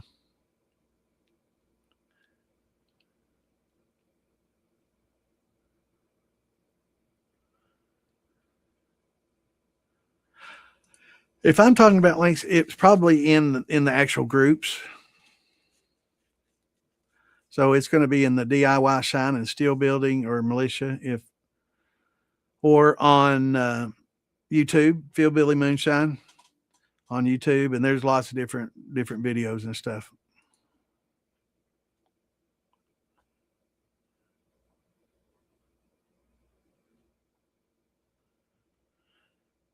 Yeah, I've always wanted to do bees too, but it's just I found out it's a lot of work, and I decided I didn't want to do it. I just figured you could put them damn, beehives out there, and every once in a while just go out there and collect the damn honey. Just put them out, and collect honey, and that's all you do. And in the wintertime, just pile up some straw around it, and you'd be all right. It's a lot more work than that, so I decided no. And I don't like getting stung. I'm not.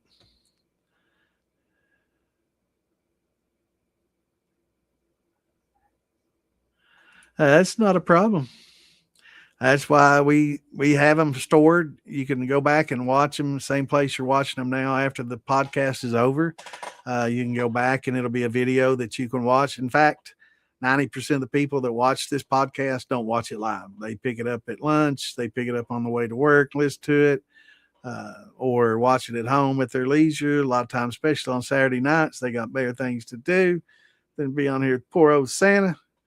But yeah, a lot of people, most of the people don't watch it live.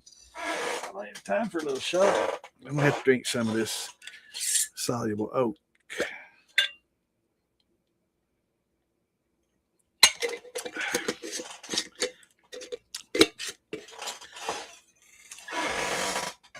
Pretty good. I like it. I like with the wood too. I'm gonna have to mix them together.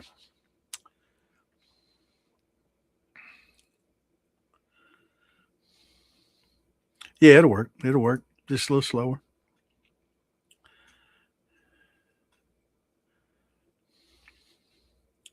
Trying an agave ferment. Awesome. But the entire run smells like ammonia. Well, that's definitely, you're going to get different odors coming off. Ammonia is kind of different. A lot of times, some people get a vomit smell, which is a butyric acid.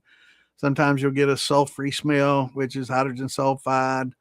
A lot of different odors come from what's known as organic acid. So when the yeast stress a little bit, they start kicking off some organic acids that can sometimes cause some, smell issues and flavor issues.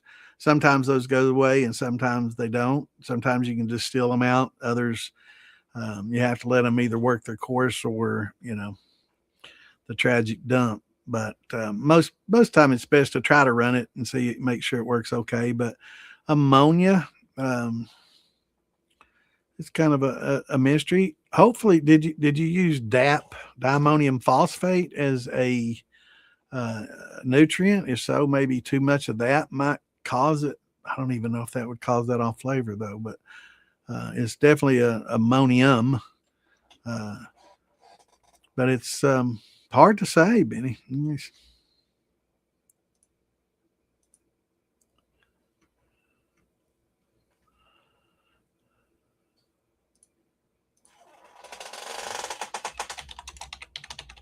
I've not had that.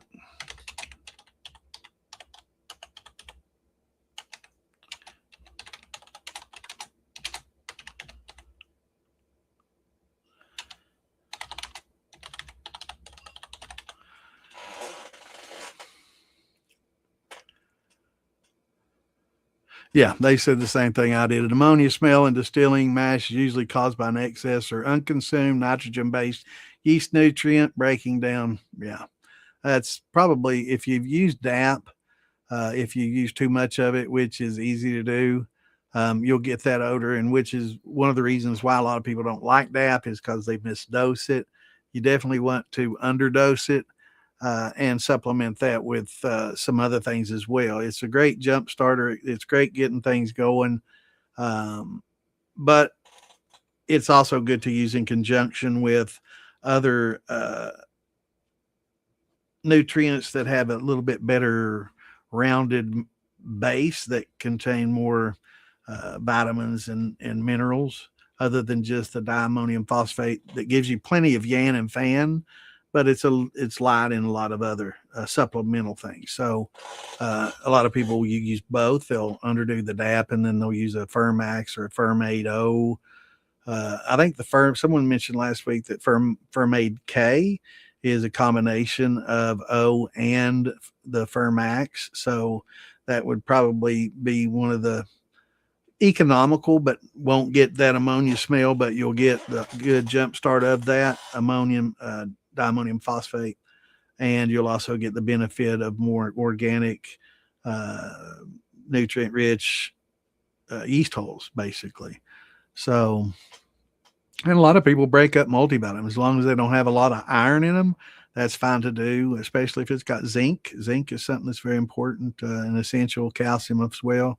Both of those are very important in the distillation process and the fermentation process. So yeah, but yeah, I've never had that issue, but it can be caused by using an excess of diammonium phosphate. That's the only thing I can think of that would cause that particular odor. So if so, make sure it's teaspoons and not tablespoons. Everybody makes those mistakes. I had my fiance. I was out of town and I was step mashing something and I wanted her to add some teaspoons of the DAP. It ended up being tablespoons, but it didn't get the ammonia smell, but it did get the sulfury kind of smell. But it gassed off and ended up being just fine. So, but yeah, it was it was overdone. I didn't drink it as a wine. It ended up as a brandy that was okay, but it was shot as a wine for sure. No, you're fine. Yeah, it takes a while. I'm still. It's hard for me. I'm old and forgetful. I can't remember my phone number sometimes, so it's easy to forget things like that, especially when you get old.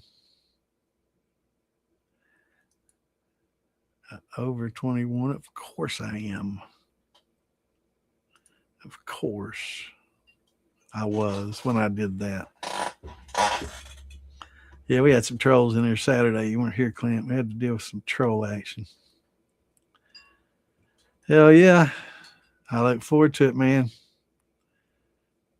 Yeah, I'll definitely be there. Friday evening, we're doing a Q&A, and Saturday evening as well. So it'll be there, I think, on the fairgrounds in one of the buildings. So definitely check it out. I think there's actually Dan's putting out a flyer. Let me see if he's put that out yet. Let me check here real quick.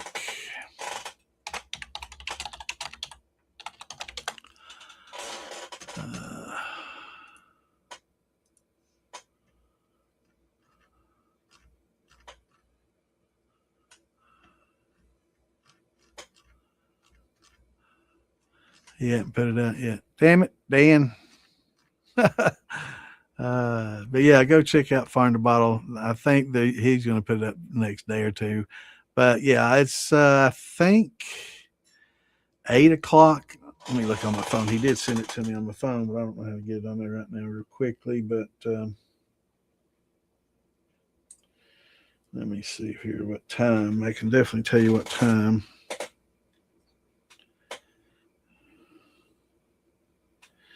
And he took a picture of me and then AI'd it. It looks kind of funny, but that's all right. Yeah, let's see here. Friday night, it will be 9:30 and after, and it'll be me, Jason Bartoluzzi, and Distiller Woody. And then on Saturday, it will be from 7 to 8. And it'll have whoever, probably me and the same. I don't know. Jim Aubrey might be in there with us. I'm not sure how it's scheduled, but yeah, should have me, Jason, and Distiller Woody. If y'all haven't heard of Distiller Woody, he's very knowledgeable. He does a lot with yeast. He does a lot of yeast propagation. That's kind of his specialty, but he's very knowledgeable and a lot of stuff. Understands the science as well, and seems like a very knowledgeable, good guy. Look forward to meeting him. I never met him in person. I've watched him and Amanda on some podcasts and some other stuff, and like to get him on here sometime to sit and talk about yeast propagation with everybody, and get him and Amanda both on here, both very knowledgeable, and Alan Bishop. That'd be an awesome show. Maybe we can work on that in the next couple months for sure.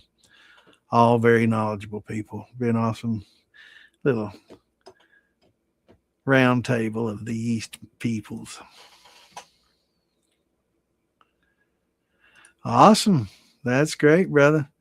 Well, I hope it turns out well. If it doesn't, man, we're the place to answer your questions and help you start doing, make it more drinkable and doing some different things, and trying to eliminate using that sugar and doing conversions to make it smoother. So we can definitely. Kenya, I don't know much about them. I do know that there's a hack for them that maybe that's it, that allows you to control those elements a little better than just low, medium, and high. Like some of those, see, they came out with one called a Digiboil. It wasn't Bever, but there's one called a Digiboil, and then there's the old T500s. But they're all based on brewing, right? Beer making, but they can be used for. I know at one time there was an outfit that commercially that made a copper, cape to go on top of them, and it wasn't Appalachian. It was somebody that sold it through Amazon. But yeah, Appalachian will make those for you, and so will Philbilly and Jason Wade. And here I go. If I forget somebody, I'm in trouble. Wayne and a bunch of others, man, they'll all do it. Bruiser, all of them will do it. So, but anybody that does that, steel building can do those. Price is going to be on what their time's worth and how busy they are.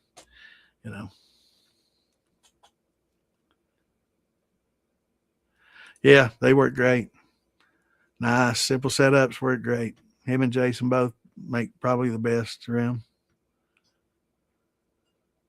What's going on, Tal? Good to see you. Welcome to the podcast.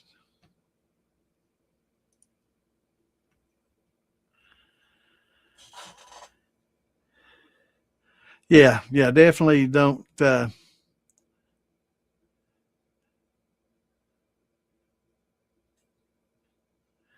Yeah, I've got a 9,000 watt one, and it's like got the triple loops in it, but it's not real long. But it's got, instead of just looped around twice, it does a third loop. But man, it's going to be a quick. I want it to help boil water faster. I hate waiting on the water to boil.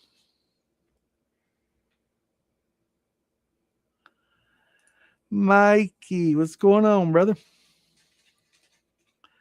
So, did you see the video where somebody took just regular apple peels and rinds and fermented them to make mother of vinegar? It's a pretty good little video. It's going around on Facebook. I thought about you when I saw it. It's not wars, man. I like those high element wars.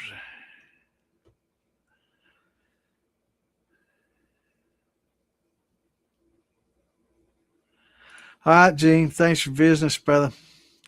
We'll see you next Tuesday. If you're not going to Far in the Bottle, we'll see you next Tuesday.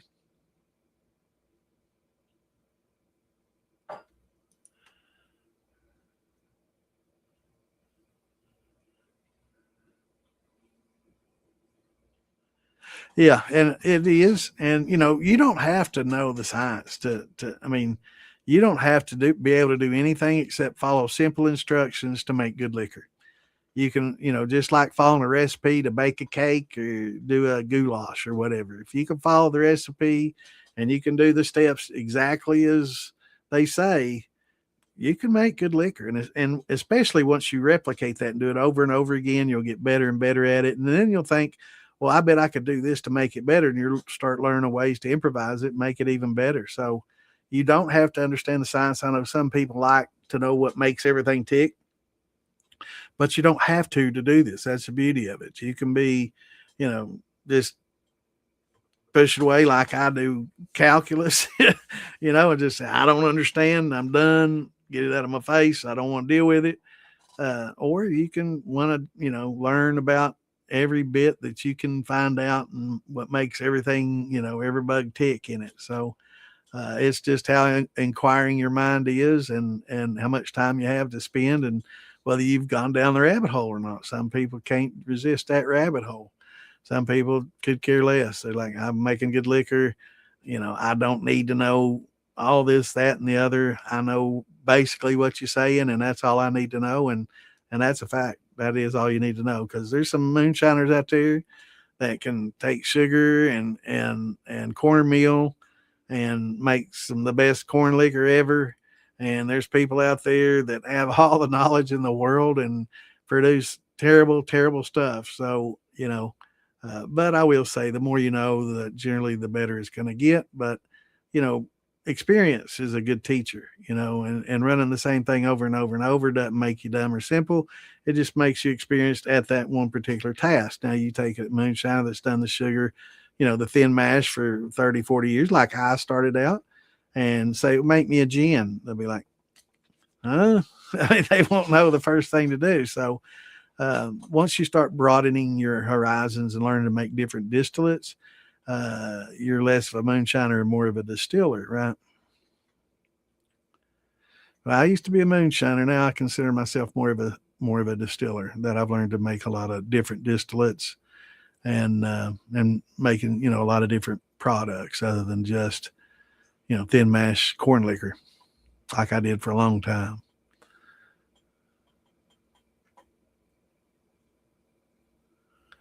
Yeah, yeah, that's good. Tell me how that works for you. And I've heard the same thing.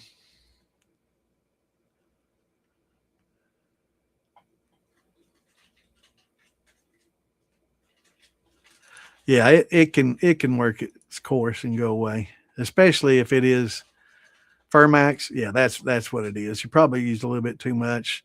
More is not always better. So try and underdo what they say. A lot of times they'll have you use more than you need. So yeah, just use less. But that's exactly what it is. It's the Fermax. And it could be just where it's unconsumed. So you may have had some unfermentable sugars in there. So all the yeast you put in there didn't, have enough sugar to consume. So you've got less yeast. They're dying off. So there's yet less yeast to eat the nutrients that the recipe thought you would need for that amount of sugar that you should have had that were fermentable. So if they die off early, I think that happens a lot. So that's probably the case.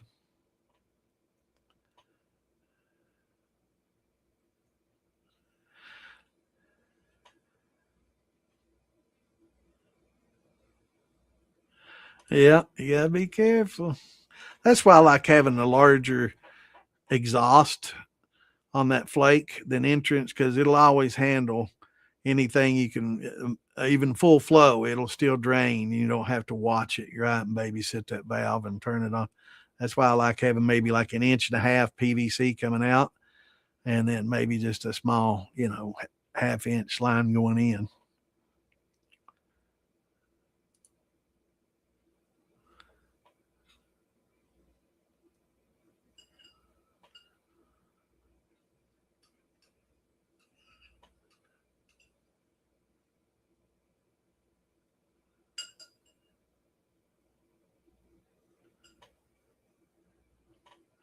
Yeah, and you need a little acid in there too to help it.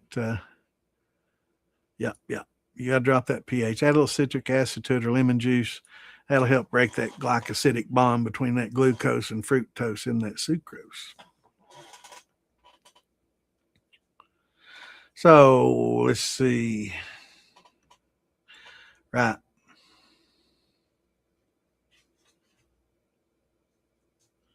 Trying to get caught up here.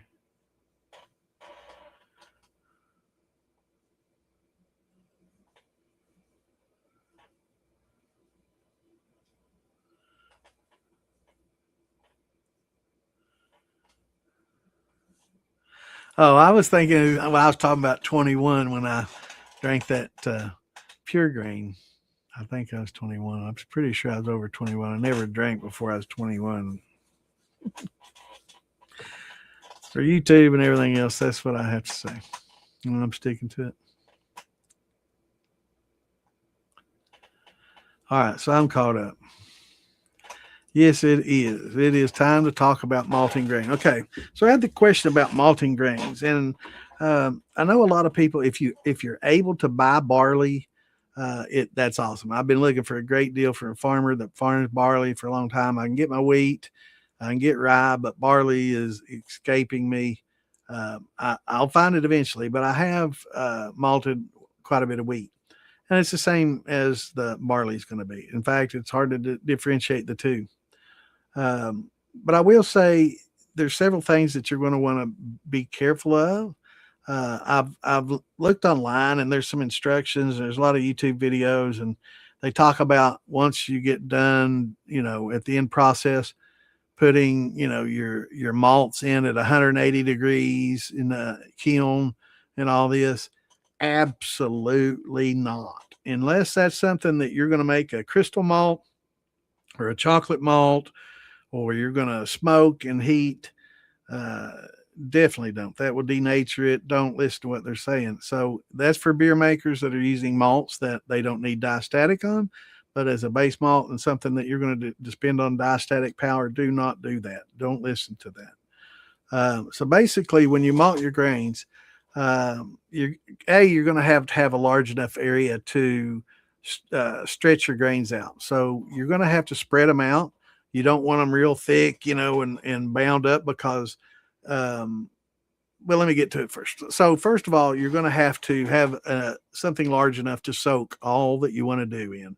So if you got a 40-pound bag, you're going to have a 30 or 20-gallon fermenter so you can, or a barrel, whatever, so you can completely cover the grain, right? So it's going to, it's probably not going to be able to do it in a 5-gallon, probably going to take at least a 10-gallon, plus 20-gallon one.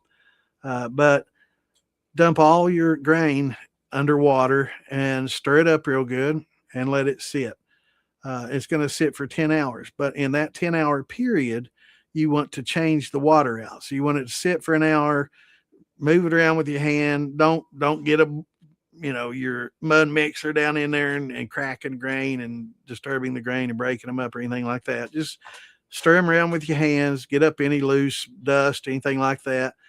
Dump that out. And if you want to dump it to a brew bag and drain all the water off and then dump it back in there, pour water on it, over it again. You can do a few rinses, but make sure that you're underwater for 10 hours, right? First 10 hours. Then you're going to lay them out. So I do a sheet, and I've also got some window screens. I do the sheet first, moisten the sheet, keep it wet, spread your grain out. You want to do this the first time you do it. It doesn't matter what temperature. You don't want to do it on a real hot day in a hot area with direct sun. You definitely don't want to get that kind of heat to it. But if you can do it in the shade, if it's 70, 80, 90 degrees in the shade, as long as you don't have direct sunlight and a lot of heat, you're going to be fine. But spread it out. You don't want it to be deep, because carbon dioxide will build up underneath it and it needs to respire, and it'll get hot if it's got a lot sitting on it. And you got CO2 building up here, and you need oxygen to get to it. Just every once in a while, rake it. If you do it on a sheet, you can pick each end of the sheet up, bunch it to the middle, and then spread it all back out again. You can use a little backside of a rake and spread it thin, be gentle, and spread it out, spritz it every time you mix it. Just get you a mister that you spray, and spray it down, mist it real good. You don't want it wet, but you want to keep it moist. You don't want it drying completely out, because we're germinating a seed, right? So after 10 hours of drying, then you'll go back into the bucket for 10 hours or so. When you're back into the bucket for the next 10 hours, you're going to want to mix it up, but you're going to start looking at the grain. And there's a little nodule that'll come out. And when that comes out, it's called a rootlet. And I think they call it a chit. CHIT is what the term is. They call it a chit. And that little chit is just a little nubbin. So that's telling you that's like the radical that we see coming out of the corn. And let me see, I got some pictures for y'all. Let's do some pictures. Let me remove that. Remove that. Let's get rid of all these, and then I'll show you some pictures. So I'm not going to be able to answer questions while I do this, because if I do, I'll get sidetracked and off topic. So I'll deal with any questions that you have in just a bit. But let me show some of these pictures that I pulled off for y'all, and we'll go over a few things.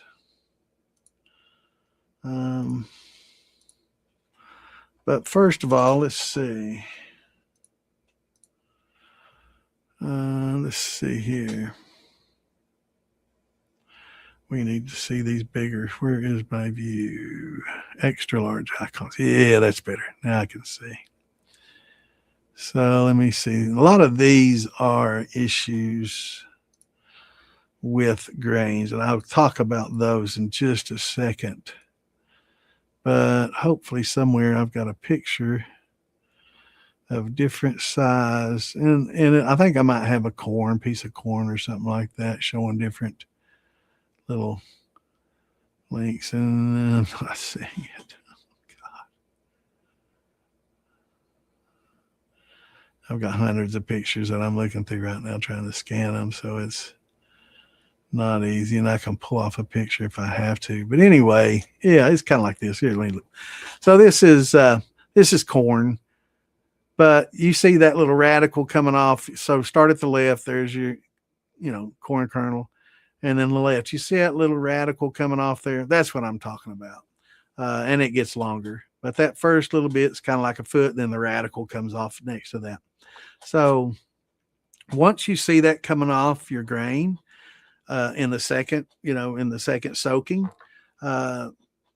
probably going to be maybe 6 to 10 hours, somewhere in that range, where you'll start seeing those come out. Sometimes it'll take longer. So you leave it in there and just stir it up every once in a while, not hard, just with your hand.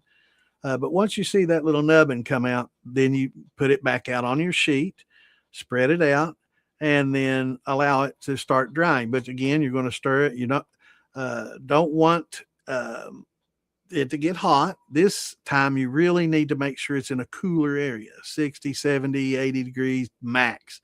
60 to 70 preferable. That's why a lot of these malting houses, I think I do have some pictures, some malting houses.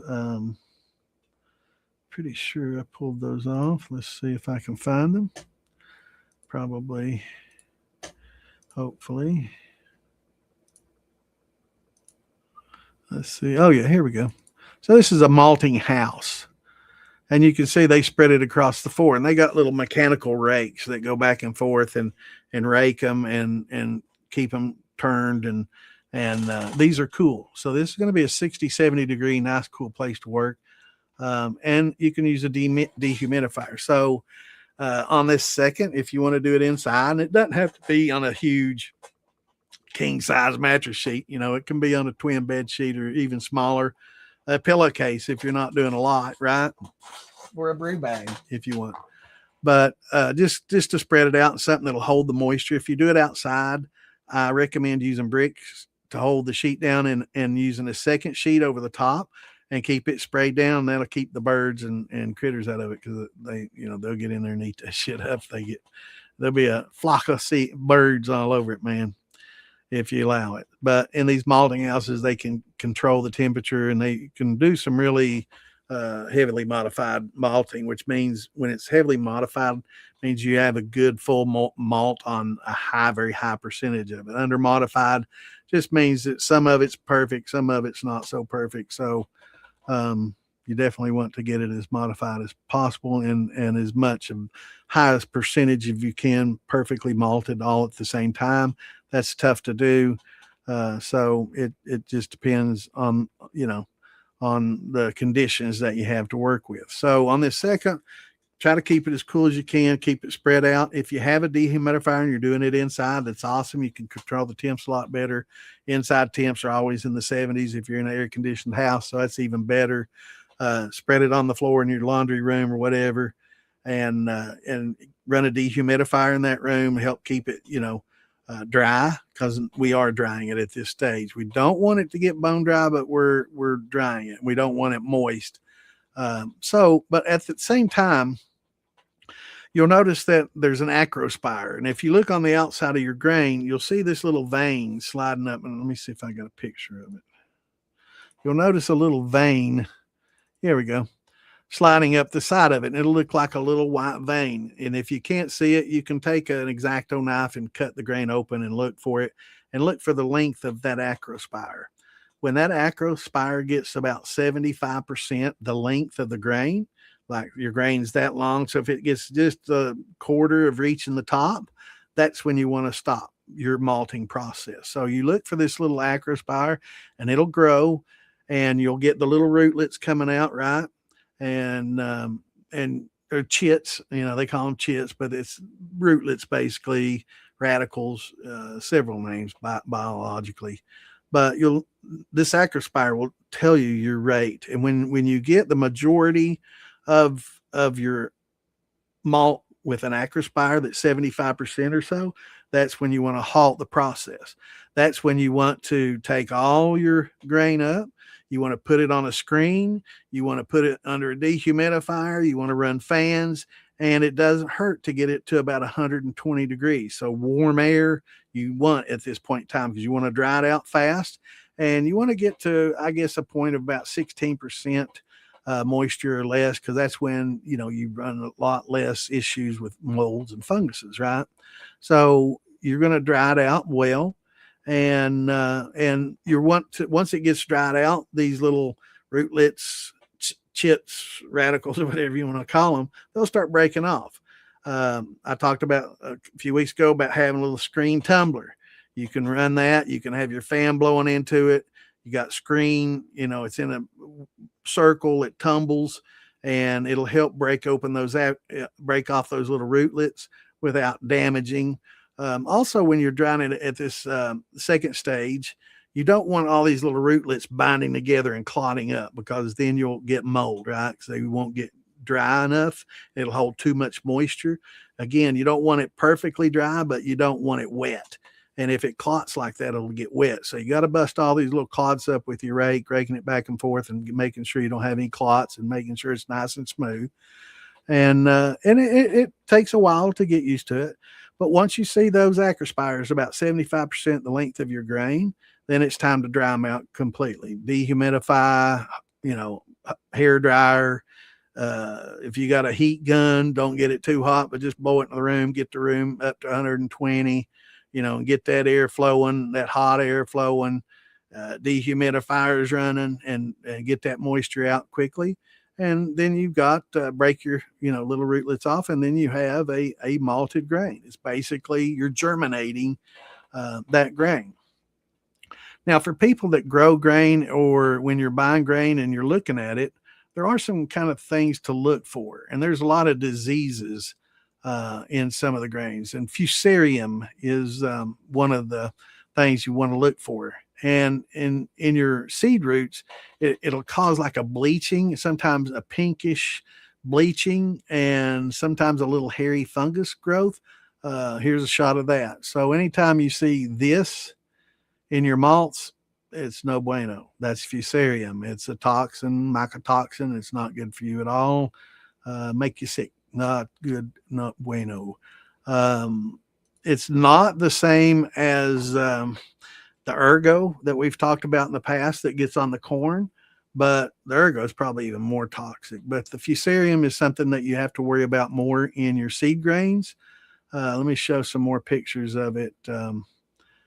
Um, it will affect corn, but a lot less likely to affect corn, but it can affect your corn, but it's more likely to happen in your rye, your barleys, and your wheats. So you're not going to see it a lot in corn. It's generally in a tropical areas. You'll see more of it. Very moist areas. Here's a good view of it, bleached out. So that doesn't look so harmful, does it? It's like, well, it's just a little lighter color. You know, you would think nothing of it, right? That's fusarium, and that can be fairly toxic. People that raise wheat and barley and rye, when they see this, they know, and it's not even fit for animal feed, right? So you'll notice that if your animals aren't eating it, there's a reason, and you need to examine your grain a little more closely. And if you have this bleaching, and sometimes it'll be slightly pink, don't use it. Don't feed it to your animals. Your animals have pretty good sense. If they're not eating until they get starved, and then they'll force feed themselves it. But if they're not eating it, generally there's a reason, and this could be that. I do have some pictures of some ergo to show you, because it's extremely toxic, and it's a killer. This is what that'll look like in your grain. That black, it'll always have that indicative black. So anytime you see anything like that in your grains, you need to talk to whoever sold your grains and say, you're selling a highly toxic product that has caused major plagues back in the days before they knew what it was, and killed a lot of people, back in the Middle Ages and stuff. But yeah, let me show some more pictures of that, because it's ergo, and it gets in corn too, and it's really, really bad. But here's another shot of it. It's very similar, but yeah, anytime you see those black grains coming out of your wheats or rye or barleys, just no, run. And make sure you tell the supplier that they've got an extremely toxic product, and they're likely to get their asses sued completely off, because very, very toxic. And I'm not going to talk about the other things that they've done with it, because that'll get us in trouble on YouTube. If you want to Google that, you can look at ergo, ERGOT. But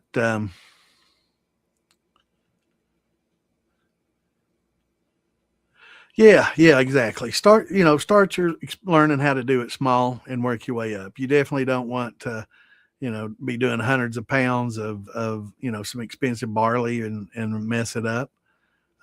So yeah, definitely a good idea. So cut your teeth and learn how to do it. Learn how to chit. It's CHIT. That chit, you know what I mean? Mine chit. But yeah, it's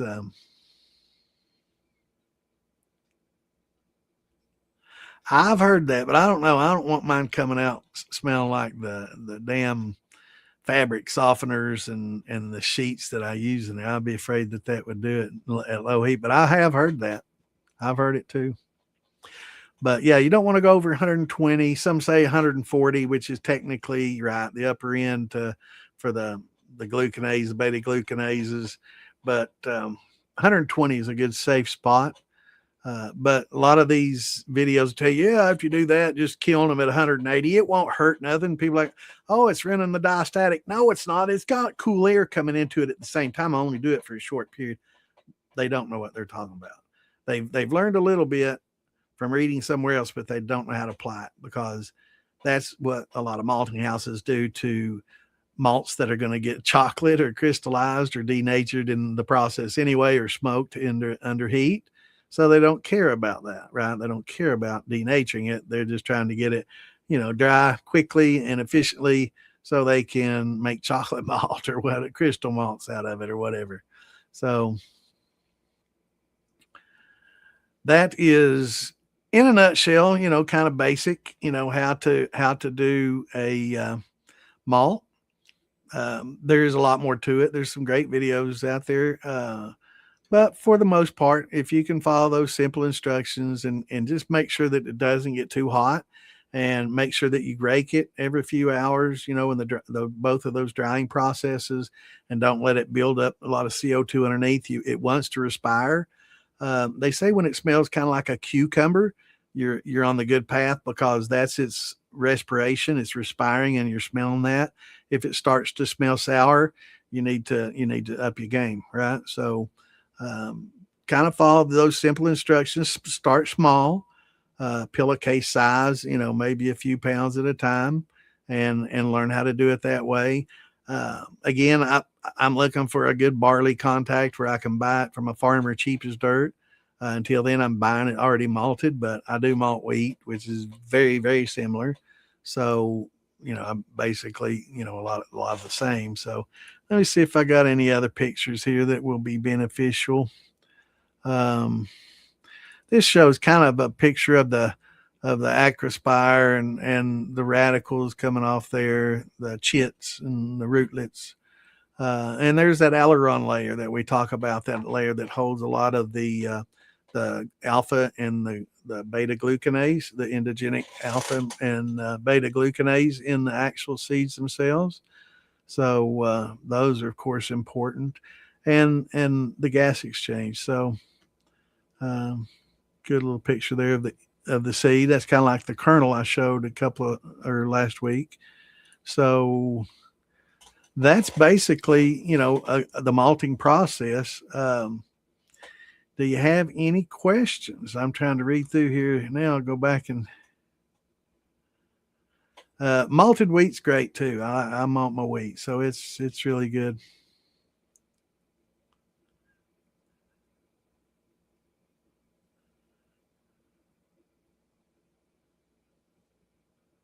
Yeah, and I agree. In spring and fall, probably the best times to do it if you don't have a place inside to do it. But if you've got a fairly, large area, like in a laundry room with a vinyl floor or something, that it doesn't mind getting a little moist, or a tile floor or something that it doesn't hurt getting moist, or a large bathtub that you can spread it out. It can't get real deep. So if you're doing it in something like that, you'll have to turn it. The deeper it is, the more you got to turn it to keep the lower layer from building up heat, because it's exothermic as it does this. So you need to stir it up and keep those CO2 gases from getting trapped underneath, and keep it aired out. But it's basically, you're just germinating seeds. What's going on, Gip? Good to see you, brother. But yeah, if you can do it inside, that's perfect. If you can start it outside in warmer climate, and then go inside when you do that second, and then go back outside for that final dry, that works fine.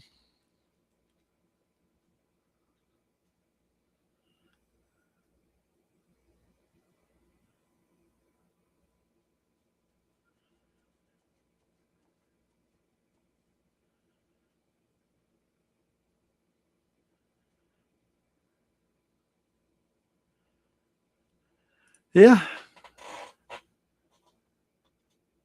Well, once you get the wine master, beer's a different nature, different thing. I've not done beer other than just grains for distilling. So I'm making a beer technically, but as far as adding hops, I've never fooled with that at all. Never been interested, because I'm not a beer drinker. I may do it someday just to try it, just to see, but hops are pretty expensive. So maybe, I don't know, on a small scale, we'll give her a try sometime. But I'm not a big beer drinker. If I did it, it'd just be for, friends to try. What's going on, Dexter? Good to see you, brother. Doing great. How about yourself? We did a little bit. So let me scroll on down here, see if anybody. I was caught up.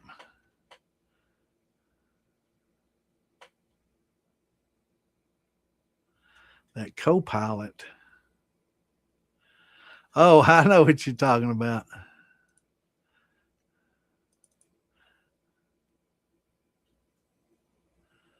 The Seleptal. Yeah. Yeah, it does. Looks like a big boner, doesn't it?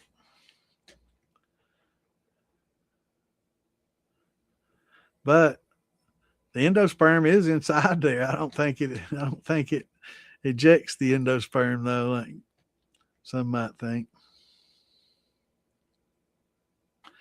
Yingling, yeah. That's I've always drank Boilermakers. I did drink a lot of beer growing up. I've talked about that. If I didn't want to get drunk and I just wanted a social drink, I drink beer. And a lot of my buddies like sitting around drinking beer, just a social drink without getting drunk and stupid. So we drink beer and then we'd throw it at road signs on the way home. Select Island scrotum, yeah. That's seed porn, man. That's that. That's that seed porn. But as far as also, I had some questions about last week or Saturday. We talked about diastatic power, and I did show a complex grain bill, and I did mention I'd simplify it. So we're going to do just a 10-gallon corn mash, which will use 20 pounds of grain, right? So we talked about the magic number 30. So if we're going to use 20 pounds of corn, we know we need 600 diastatic power. So to get 600 diastatic, we just take 600 and divide it by 160, since if we're using 6-row, which is a typical diastatic power of 6-row.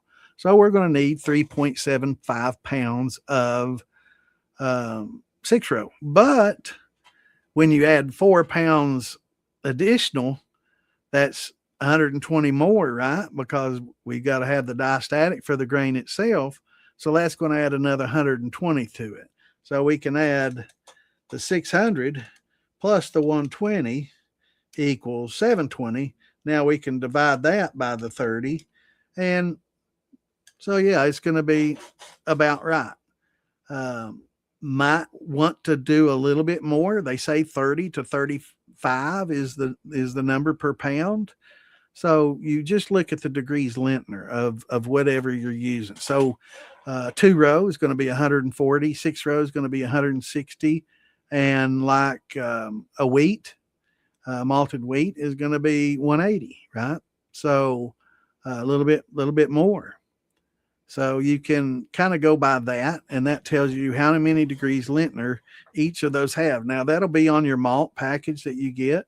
If you malt yourself, it's kind of a guessing game. If you're under modified, you're going to need to use a lot more. You're going to need to use a higher percentage because it's under modified. You're not going to have all that diastatic. If you're fully modified, then you're going to be pretty close to that number. But again, it's a percentage of how many of those have that acrospire, 75% its way up that grain, right? So it's just a little vein that sneaks its way up the vein, and you can open it up and look inside if you can't see it on the outside and see how long that acrospire is getting. So if you get most all 95% of yours is 75%, you've got a fully modified, which is hard to do.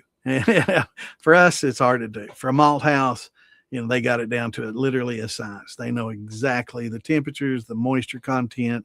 They know they've got it down, man. They're good. For us, just consider it probably going to be under modified, and you're going to have to use a little bit more than normal to get the job done. But now that we've got the liquid high temp amylase and the liquid glucose, we can worry less about that and experiment and play and not sweat the details, right? Because if it's not fully malted, we can still use a little bit of the enzymes, exogenous enzymes, and get us to where we need to be. And again, we can now start using 2-row and our own malted under modified 2-row and get more flavor and not really, sweat. Do I have the high percentage? So generally speaking, to get that 30 to 35 number, you're going to need about 20% of your grain bill is going to have to be a 6-row. About 25% is going to be a 2-row. that's just an easy number to remember. And it might be slight overkill. It might be really close. But if you use a little bit of your liquid, glucose and liquid high temp alpha, you're going to be fine. So it's a little less critical, but just remember the magic number 30, and you need 30 degrees Lintner per pound. So, but don't forget to add the weight of that malt that you're using back to it, right? So we started out with 20 pounds of corn, and 20 times 30, 600. But it tells us we're going to need, almost 3 pounds, which is pretty close. That's pretty close, 20% at 160. And so, but you got to add that 3 pounds in. So that's another 180, 3 times 90, 3 times the 30 is 90. So you're going to have to add that back in, and you're going to have to get 90 more, right, to cover that. So you'll just have to keep inching it up until you get the right combo, or just throw some liquid in there or overdo it. There's nothing wrong with overdoing it, but you don't want to underdo it because you're not going to get a full conversion. All right, Mitch, have a good one, brother. Thanks for joining in.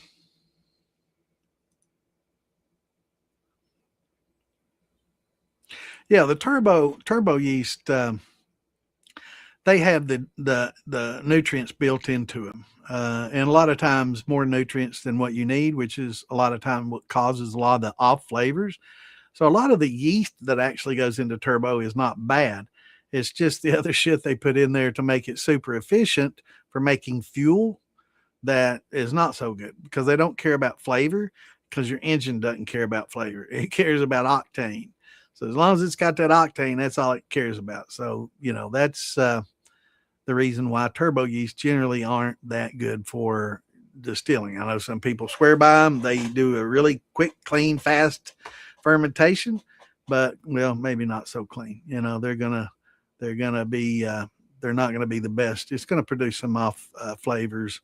A lot of these inorganic acids I was talking about earlier that create some off flavors and odors. They don't care about that, because that doesn't carry over in the distillation as far as an engine is concerned, because the engine doesn't taste it.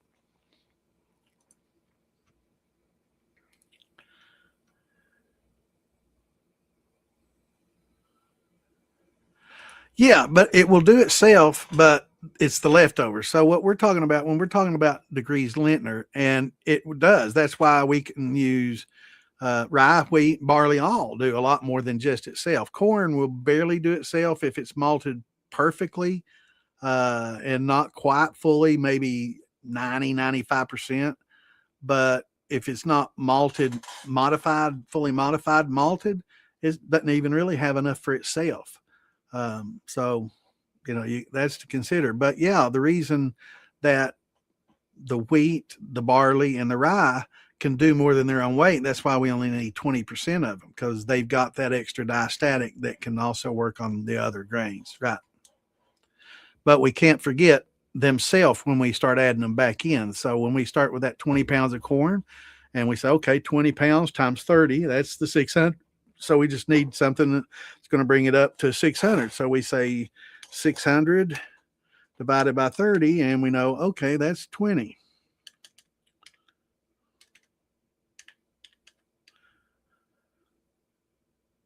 Okay, so we got 20 pounds of corn, and we know that each of those is going to require 30. So that's 600. And then we divide. So if we use a 6-row, that's 160. So divided by 160, we know we need 3.75 pounds of that 6-row. But if we add 3.75 pounds of that 6-row, a certain percentage of that 30 is going to be used for that barley, right, for itself.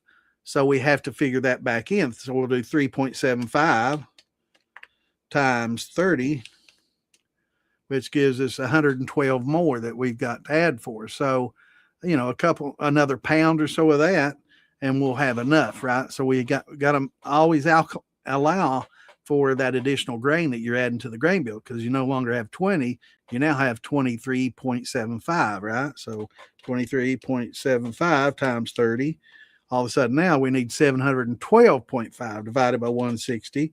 So now that 3.75 is now 4.45, or almost 4.5 pounds. So I think once you get to about 5, then you're going to be pretty close to being perfect, which is also 20%, so of the original, the weight, right? So 20 to 25%. So that works out pretty well. So if you can do, 20 or so percent on your fully modified 160 barley, or 6 row, or 180 wheat, then, you're good to go. Or maybe closer to 25% if you're using a 2-row barley, because it's going to have a little lower diastatic. It's not so bad to go over. You definitely doesn't hurt a thing to go over, except might change your flavor a little bit to have a higher percentage of malt. But as far as diastatic wise, once you get enough, over excess won't hurt anything. Yeah, it definitely gives it a better flavor, but it's just a pain in the ass to work with, Joe. It's most people just don't feel it's worth. You can do them both ways, and a really trained tongue palate can taste a slight difference. Probably most of us, when it's 100 proof or better, we will. I don't know that we'd taste the difference, but it does give it a better flavor, a little smoother product.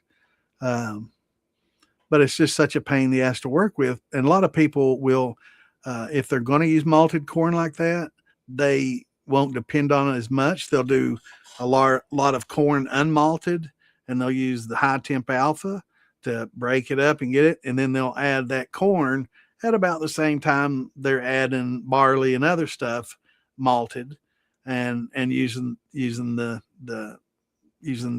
and not really gelatinizing it properly, because we starched that out of something else, right? So we got all the starches out of something else, but we're going to use this malted corn more as a flavor and an amylase source than we are as a starch source to convert. So, that works that way. But it's not as efficient, and, it's okay to do that way. But as far as malting 100% and trying to cook it, you'll never get good conversions, and it takes forever to cook, and it's just not the way to go these days, for sure. But yeah, to use a little bit of malted corn along with your malted barley and malted rye and malted wheat at 150, 45 to 55, in that range. Yeah, absolutely. It'll change the flavor.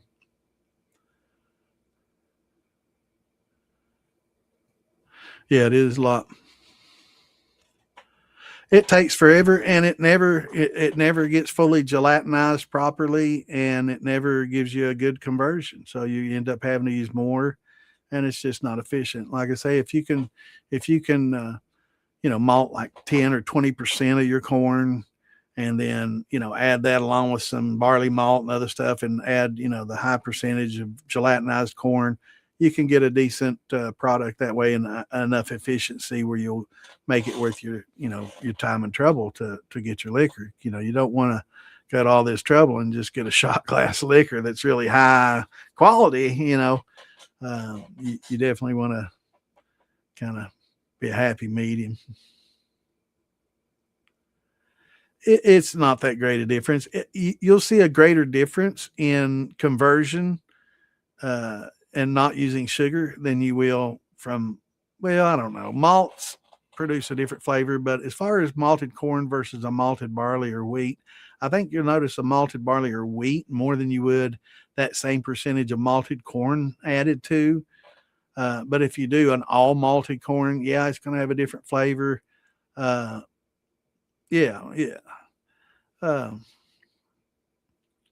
But it's it's all about flavor. Yeah, it's not about conversion at all, because it's very inefficient. It's the way, but it's very, very inefficient, and it's good, but it produces low. And in the end of it, is it worth the 8 to 10 hour cook time? trying to cook corn and getting it gelatinized as much as you can at 150 degrees, cooking it for 8 to 10, 12 hours. That's a lot of cook time, man, without scorching. And you ain't going to steep it. You can't steep it so you have to cook it. And it's hard to do it that long without scorching. And of course, you're doing a lower heat, which isn't going to tend to scorch as much. But yeah, it's tough, man. It's who wants to sit over a pot all day and stir? I mean, they used to do that, man. They made apple butter and shit back in the day. They used to bring in the whole crowd, and everybody take turns stirring, to keep it from scorching and sticking and burning, and everybody would take an hour or so, 30 minutes to an hour to stir, and it'd take all day, and they basically do the same thing for cooking a malted corn mash. It's a lot of work. It ain't worth it. Yeah, definitely. Wheat, it gives it a good sweetness, especially a good malted wheat, and oats definitely smooths it out, gives it a creamy. Yeah, it's awesome, money. I love it. I always thought oats in there, and I'm a wheat freak. I like the wheat, sweet wheat. You can get a grassy if you don't malt it. It can kind of get to a little bit grassy, sweet grassy flavor. I don't mind that as much. I like it better than a rye. I don't mind a little bit of rye and spice, but I like the sweet flavor that a wheat gives it.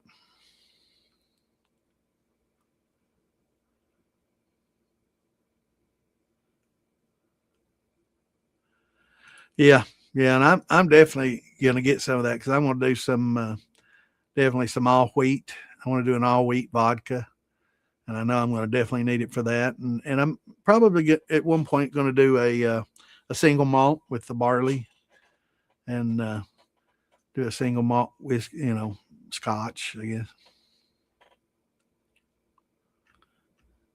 Yeah, that's what I did. I started out thin mash with sugar and cornmeal. Did that for a long, long time. Long, long time in a keg still. And I got to where I was good at it, man. I can definitely make some what most would consider fairly smooth thin mash.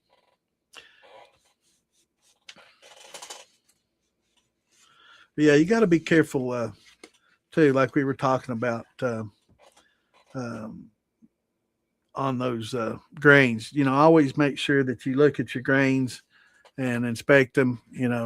Hopefully your farmers will be doing this, and that most of the farmers know, and they know to go out there and look because they don't want to get sued and lose the farm, right?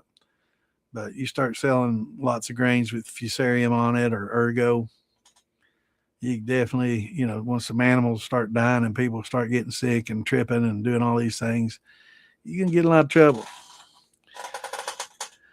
So that ergo, man, that's what the ergo does. Your body, it constricts your blood flow, and in the blood flow constriction, they call it St. Andrew's fire. Now, St. Elmo's fire, that's an electrical discharge thing, but this is called St. Andrew's fire. And back in the day, these monks I told you about in the Middle Ages, around I think 1100 AD, these monks would treat a lot of people with this. I think they called it ergothicity or something. It's an ergotism or ergotism. Yeah, that's what it is. Ergotism. And when people would eat this, they didn't know, but that this grain with the little black things in it, and it's a fungus. It's different than a fusarium. It's a different fungus, but um, they didn't know that was what was causing it. So all of a sudden they cut all the barley, rye, and wheat out of their diets, and it went away, right? But these monks would treat these people that got these sicknesses, and they were like, they were messed up in the head. They were getting psychosis and lots of different problems with it. Now, this isn't to be confused with smut, right? On corn, that's different. That's a different fungus entirely. It's different. Actually, that can be considered a good thing. But this is called ergo, and they were tripping on it, and it would constrict your blood flow in your veins so much that the blood flowing through it would feel like fire burning, in your body. And a lot of the people were basically tripping. And there's I guess there's certain chemicals that you can, you know, yeah, similar to that. I can't talk about. The chat can talk about it. I just can't because I'm held to a different standard.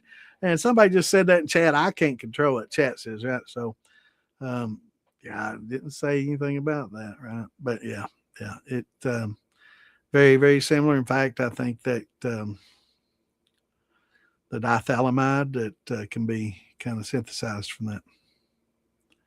Corn smut is considered a delicacy in a lot of cultures and stuff, and a lot of people. Yeah, it's definitely good for you.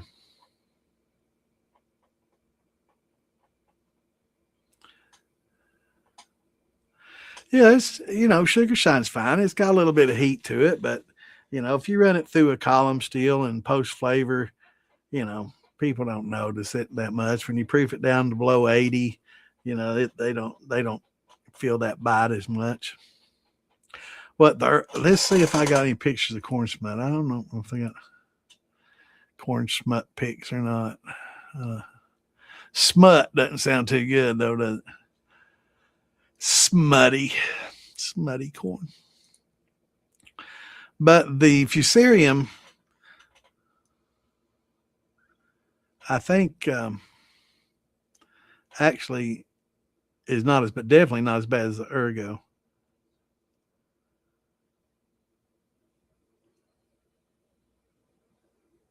But it'll make you sick. Yeah, I don't see it. I got too many pictures. I need to break these up.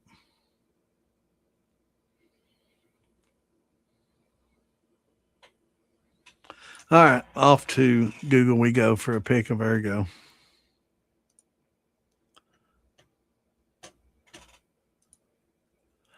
Yeah, I've been looking at them tables too, Joe. They got some nice stainless steel. I've been looking at quite a few of those tables, and I like that one's got a drain in it. Is that right? Is that got a drain? Can you take? Oh, that is a drain table. Oh hell yeah, that's pretty nice. Yeah, the ones I've been looking at have a solid smooth surface. I was thinking about uh, using as a work table and a cutting table and everything kind of grilling table, everything table kind of deal. Let me get a picture of corn smut. I like that table though. Yeah, here we go. Let's get some images. Yeah, there's some good pictures of it. Looks like, looks horrible. I mean, it looks like something that's just totally gross. You're not gonna want to eat it, right? But actually, it is a delicacy. And supposedly really, really good for you. Just want to make sure it's cooked well. Don't eat it raw. But this is a typical smut on corn. So it's smutty corn porn. Terrible. Corn porn smut. But that's what it looks like. Looks like basically little mushrooms growing out of it. But there are different mushrooms that grow out of corn other than smut. But that's typical corn smut. And it's a delicacy. And I can't remember what they call it in Spanish. It's mojito or something. I can't remember. It starts with an M. Mojito, maybe something like that. Maybe some people in there that eat a lot of Spanish food may know the name of it and pronounce it. I think it's like a mojito or something. But yeah, it's considered a delicacy.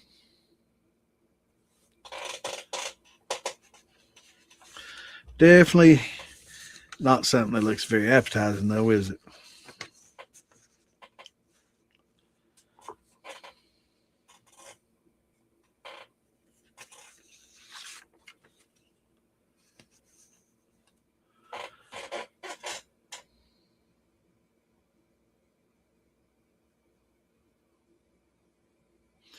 I think the Native Americans used this medicinally as well.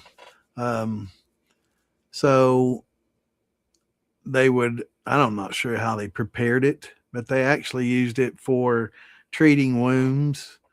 They would somehow modify it in a way that would help bring on forced labor, right? To induce labor. They used it for a lot of different things medicinally. Anxiety is an anti-anxiety drug. They used it for a lot of different things, but yeah, it's look at all those little white, little mushroom looking things. Let me see if I can get a little better picture of it. That's a pretty good picture though. Let's see. There's some really gross ones. Here's this one. Look at this one. Now, I'm not eating that one. That first one looked kind of, edible. This one out here, man, I don't know. Maybe this is the shit they were using to induce labor. Maybe there's some mushrooms and some magical stuff growing in this that they were using. But yeah, it was used for a lot of different medicinal purposes. Look at that shit, man. Ain't no way.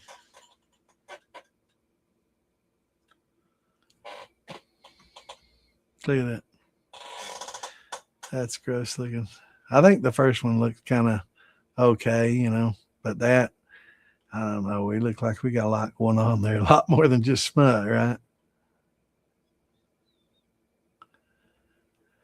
Oh yeah, yeah, they love it down there, man. It's a delicacy, But so are those slugs, that they eat in the jungle. You see them eat on Survivor, they'll dig through these rotten trees and pull out these big long grubs. They'll boil them up and eat them up. I'd have to be off hungry. Not saying I wouldn't. Is it? I don't know that I've ever eaten corn smut. It's never been something my granny put on the table. I'm gonna do some. I'm gonna do some wheat vodka, but I've got some tater vodka going now. Actually, I need to run. Yeah, I was getting potatoes for $1 for a 5-pound bag. So 20 cents a pound. It's kind of hard to not make some vodka when you get those kind of deals, And it's good store bought, high quality, potatoes, not a bunch of raggedy shit that was, secondhand stuff. It was nice, good quality potatoes.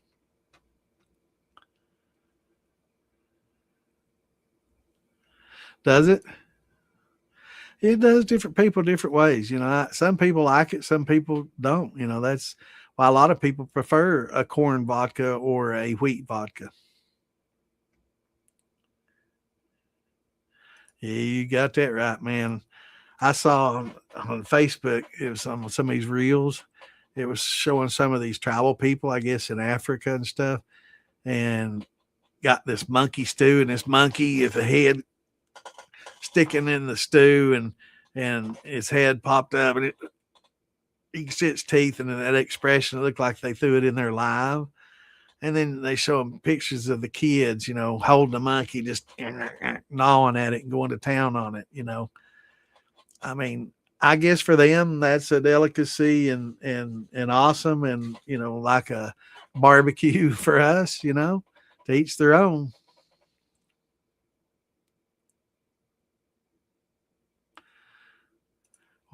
Just freeze it. You can freeze it, put it in the freezer. That's why I like to get my corn in the fall and put it in get one of these barrels that have the lids that seal, that they use for medicines and stuff, because they have a really good seal on them, and you can store your grains in those for pretty long periods of time. Perfectly dry, even outside. Just keep it in the shade. But yeah, get your corn in the fall, put it in one of those. Once the freezing temperatures come, it'll kill every one of them weevils, and every one of their what are they the larvae. It'll kill everything, and then all the next year you don't have to worry about any weevils getting in your corn supply. And then use that all year, and then next year in the fall buy your year's supply and keep it stored that way. And as long as it's super dry and you don't get any moisture in it all. Now it's got to be one of these that have a good seal, and mine have that locking strap on it. I mean, it seals tight as a drum. I've kept corn in one for well over a year. So they keep good and dry, but keep them in the shade in a storage building or something in the shade. That'd be fine. Yeah, if it's not a big population, it's just you can rake it through and get them out if you want to. Sit there and pick them out if you got a little bit. But if you're doing a lot, it's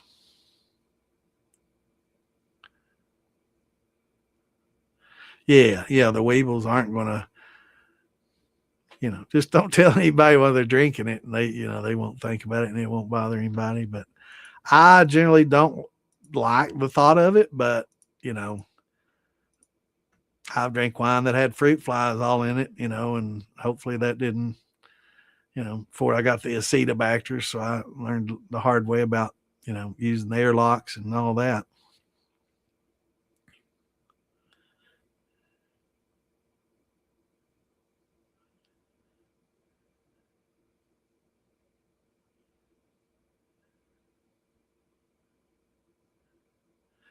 Yeah, but the weevils, it's not going to be a big issue. Yeah, that's what they say about mushrooms. They say, is that an edible mushroom? Well, they're all edible. It's just how long are you going to live after you eat it, right? So I don't really trust going out into the wild and foraging for mushrooms, even though I know what the looks of each one are. But yeah, I don't think so.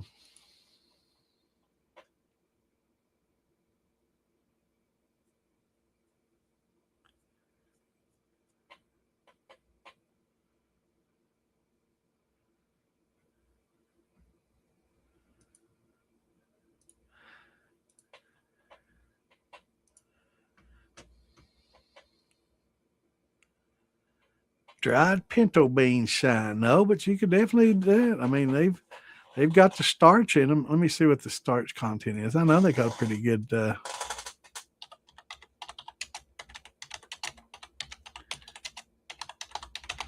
you'll cook those and use amylase in them just like you would anything. The high temp alpha and yeah, they got plenty of starch in them.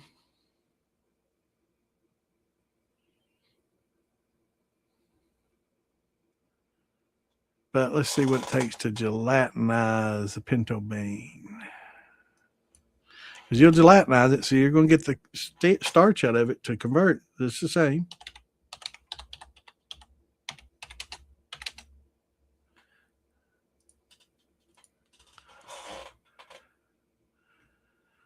You must heat soaked or hydrated beans in water above 176 degrees. So instead of the 185 for 90 minutes, you're going to go 176, probably for less time. I doubt it's going to be full. Well, now let's see. Soak the beans 4 to 8 hours or overnight. That softens them up. And then apply the heat. Heat it to the 175, 180 for 60 to 90 minutes. So it's a lot like corn. So yeah, you'll gelatinize those just like you will corn, pretty much 60 to 90 minutes at 180, 85.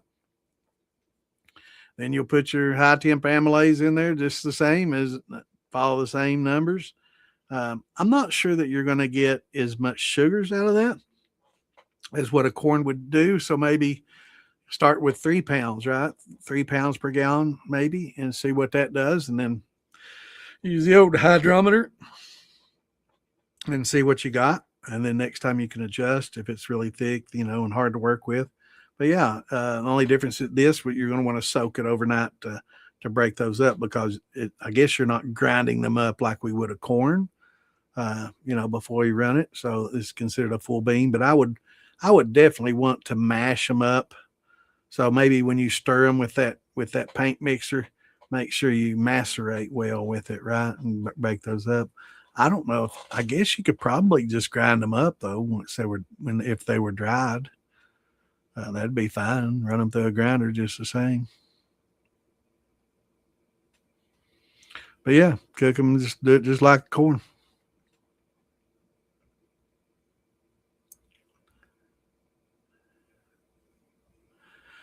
Yeah, I don't. I've not trusted myself to forge out. At one time, I thought about getting some, hardwood and doing the shiitake and the hardwoods and stuff. But I don't know. Maybe I just buy them from the store. They're not real expensive, and I don't eat a lot of them. Yeah, morels, but there's fake morels too. So you got to look at the insides to make sure that they're the hollow ones that are bad and the full ones. There's vice versa. The hollow ones are good, and the full ones are bad. So you got anytime you do the morels, you got to cut them in half to see because if it's hollow inside, I think if it's hollow inside, it's good.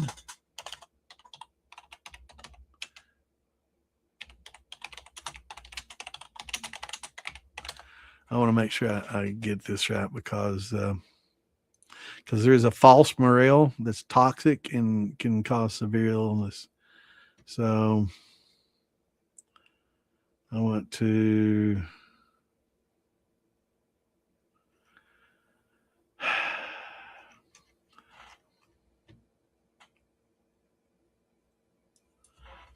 Let me tap this. How to tell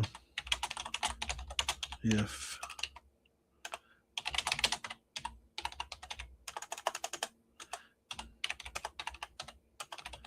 if I could just type or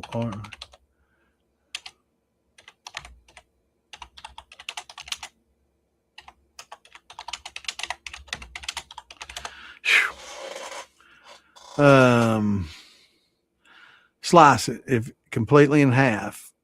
True morels is entirely hollow. So the good ones are hollow.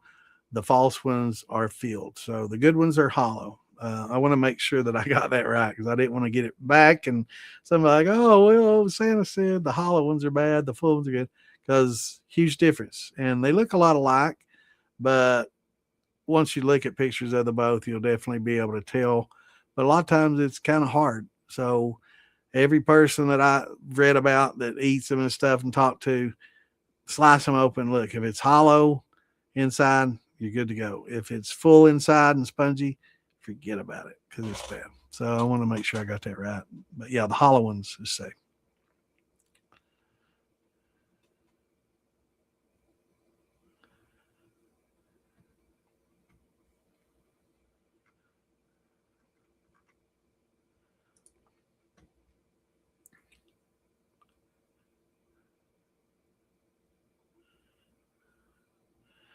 Wow. Robitussin Shine. I don't even. I like the sound of a Robitussin wine. Maybe I like the combination there. It might be pretty good. All right, brother. We'll be there, man. So again, I think it's shit. What was the time on that? Friday night and Saturday night. I'm gonna be doing a Q&A.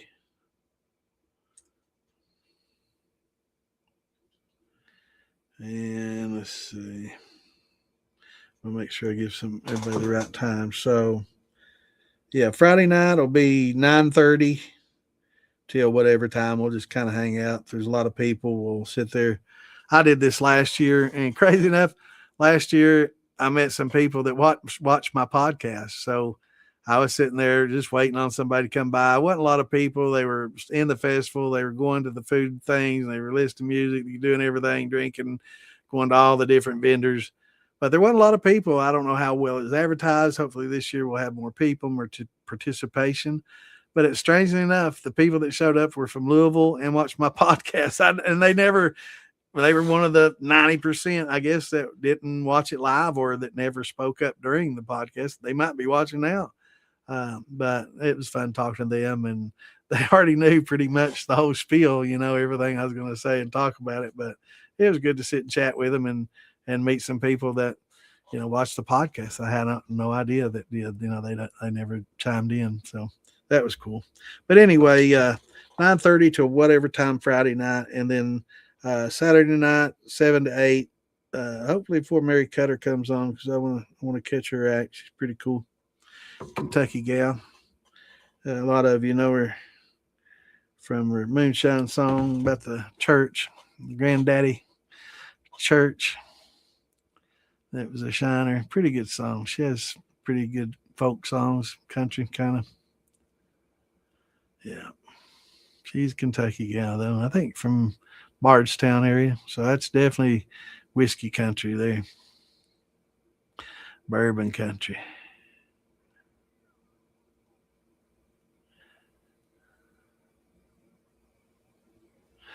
Well, you never know. And pinto beans might make some pretty good shine. I've heard some people make pretty good shine out of some strange things. We've taught them kudzu, you know.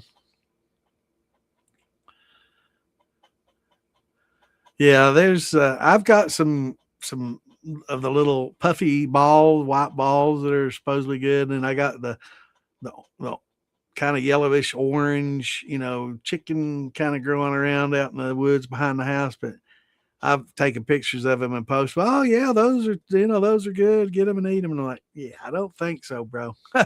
Not that fucking hungry. But it's good to know if if famine strikes and I'm starving to death and I've gone through all my food and beans and everything I've got stored, then you know if I've eaten every dog in the neighborhood, I might eat them mushrooms next. I'm definitely not going to go there first. That's definitely a good way to get sick. Yeah, I said every dog because that'll be you get hungry enough for those dogs and cats start looking tasty once you kill all the squirrels and I'd probably just soon eat a cat as a rat, right? I don't know. I think cat's probably a little cleaner than a rat. Now my cat's probably saying, "Oh, did you hear what he said?" Dry land fish, hog nose, yep.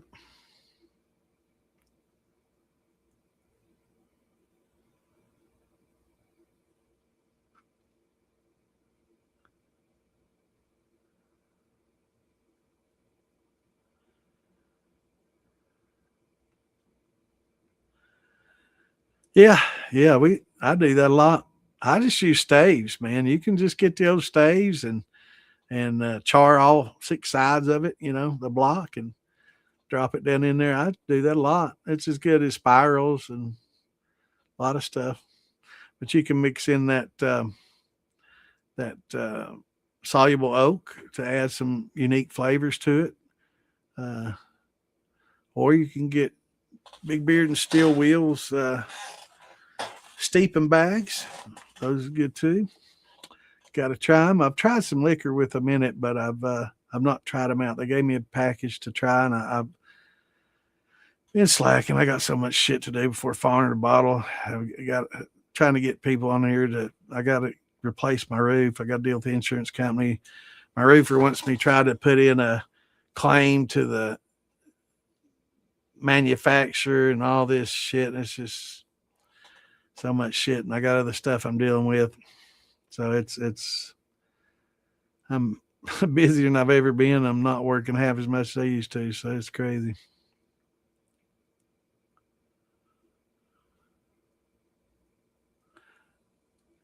Oh, I'd say they made some bean with. They've made it out of everything, Curtis. Everything, man. If it can be converted, they've done it, man. I'm telling you.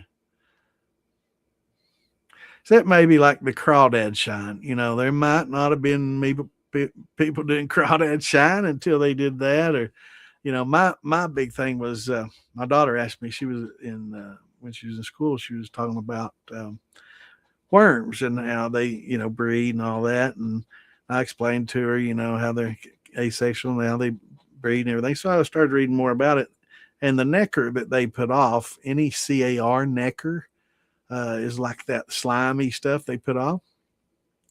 That's actually very, very high in starches, right? So you could technically, and it's used a lot in the cosmetic industry and a lot of other things as well. So you could actually convert that and make some worm ooze shine. Just saying, that's probably, I mean, that's how far outside the box you have to get to do something that's unique that nobody's ever done. Because I mean, every vegetable, every seed plant, just about everything you can imagine has been tried. Maybe not crawdads, that was kind of a new one to me. But yeah, I mean, you have to get worm slime crazy to think of something that's never been tried.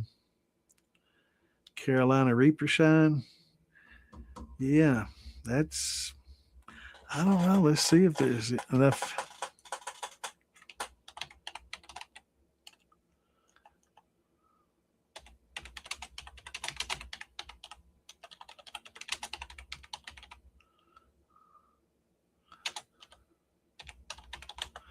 I know the capsaicin isn't, but let's see how much starch is.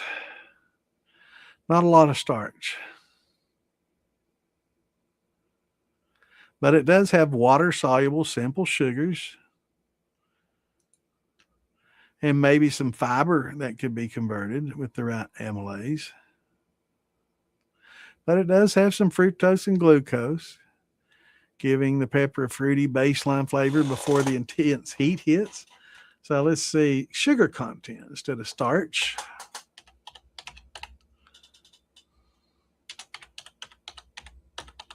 And I have to Google this because I don't know everything, and I damn sure don't know the sugar. It helps if you spell it right. Sugar content of things like this.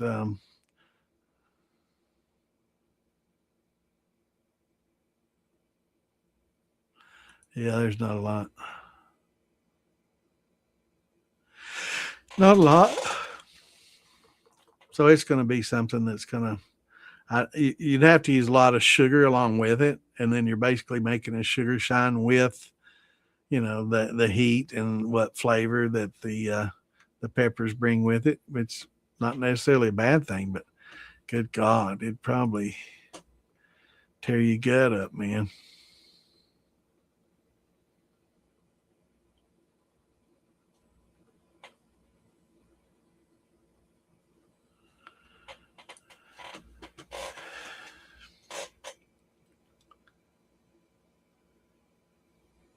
Absolutely. And you can make shine with it too. And it's like the mountain olives. There's a lot of different things. Hell yeah, I eat a lot of Chinese food. I love Chinese food. Chinese buffet.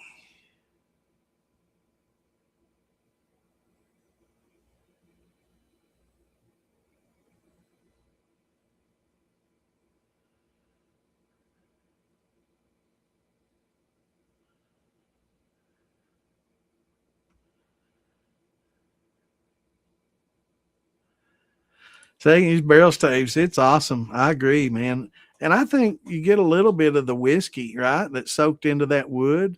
I think it leaches out and gives you a little bit of that flavor, too. So if you can get a good quality whiskey barrel, from a good quality booze, it definitely doesn't hurt. But I just take mine and I've got a little MAP gas tank sitting around here. And I take that. It's probably a lot cheaper to use propane. I just didn't have any propane, so I'm using my MAP gas. I probably should just use propane because you don't need that kind of high temperature. But I'll just get me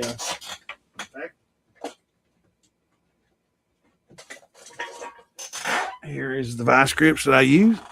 I just clip that wood, and you can see the little burn ends on it. And I'll char all 6 sides of that stave. Drop it in a little thing of water because it'll be burning when you're done. You want it to catch on fire.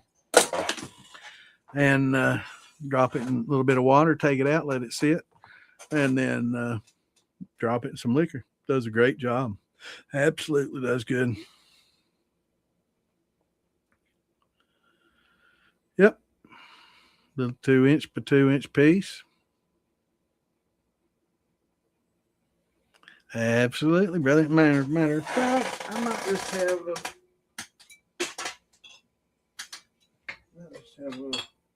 Well, let's see which one it has it in it. Well, shit. It's going to be the last jar I pick up.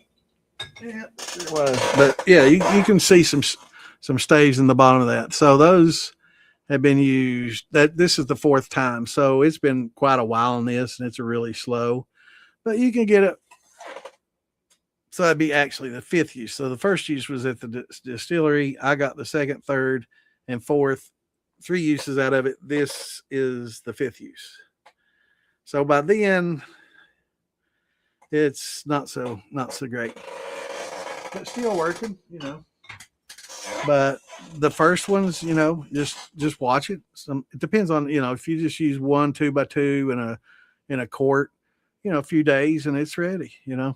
Just watch the color and sip it every once in a while and check it. But hell yeah, I agree, Overcome.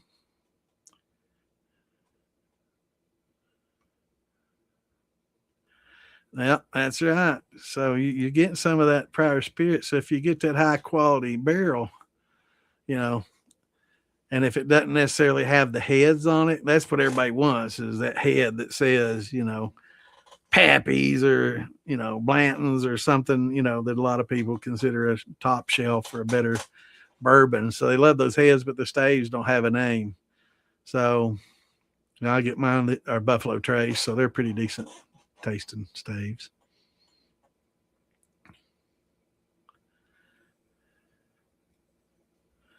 That's awesome, brother. You got a nice cheap source. Well, not cheap. It's a lot of work, but not a lot of expense other than your labors, which is a lot.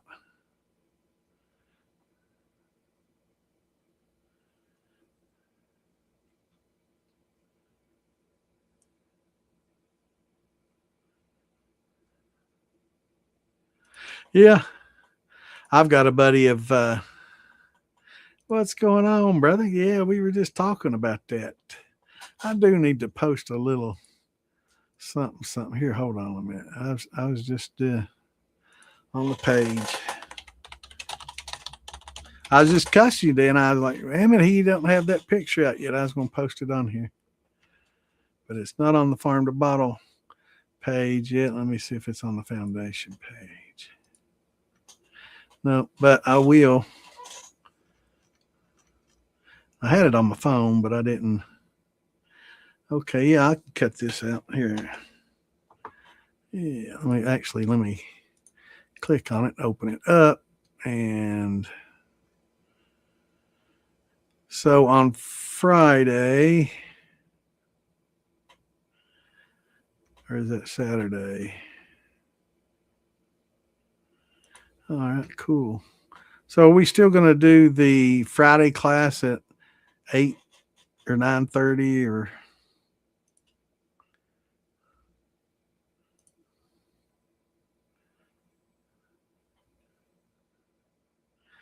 So everybody's got to go to Farm to Bottle this weekend.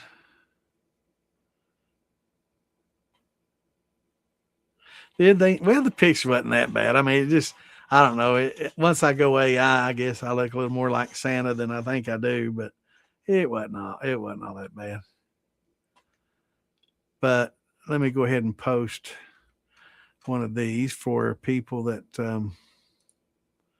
want to come and know when and where. So let me get that up.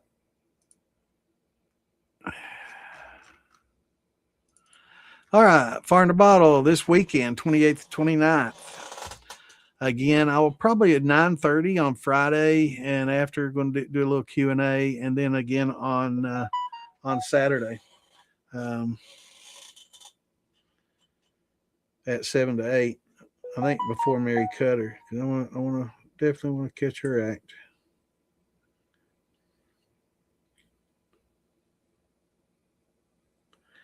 I liked it with the pictures on there.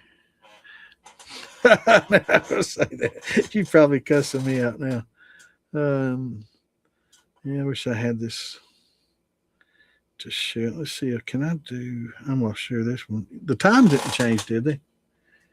From the first one you sent me, no, it's the same. I'm gonna use the one with the picture in it though.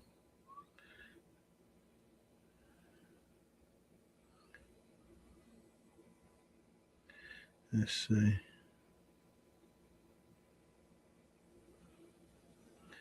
So, Distiller Woody not going to be with us on Friday night?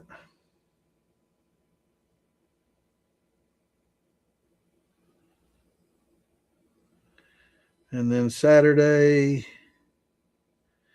not going to do it at all?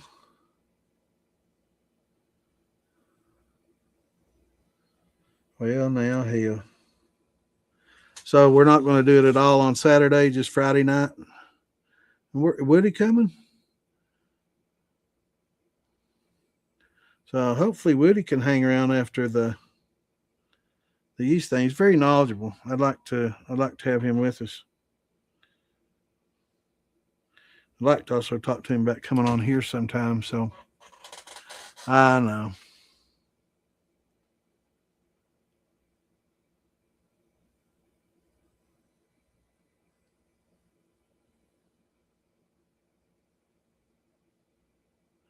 All right, let me see here.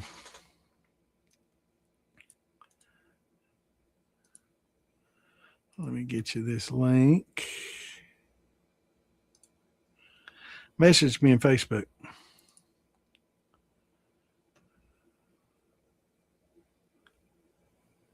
On Facebook Messenger instead of my phone. So I can send it to you. Let's see. Let me pull it up this way.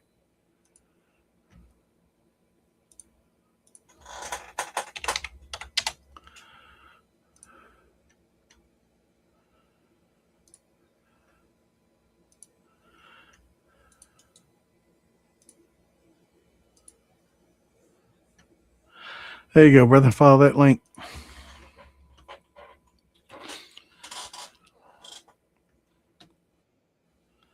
There we go.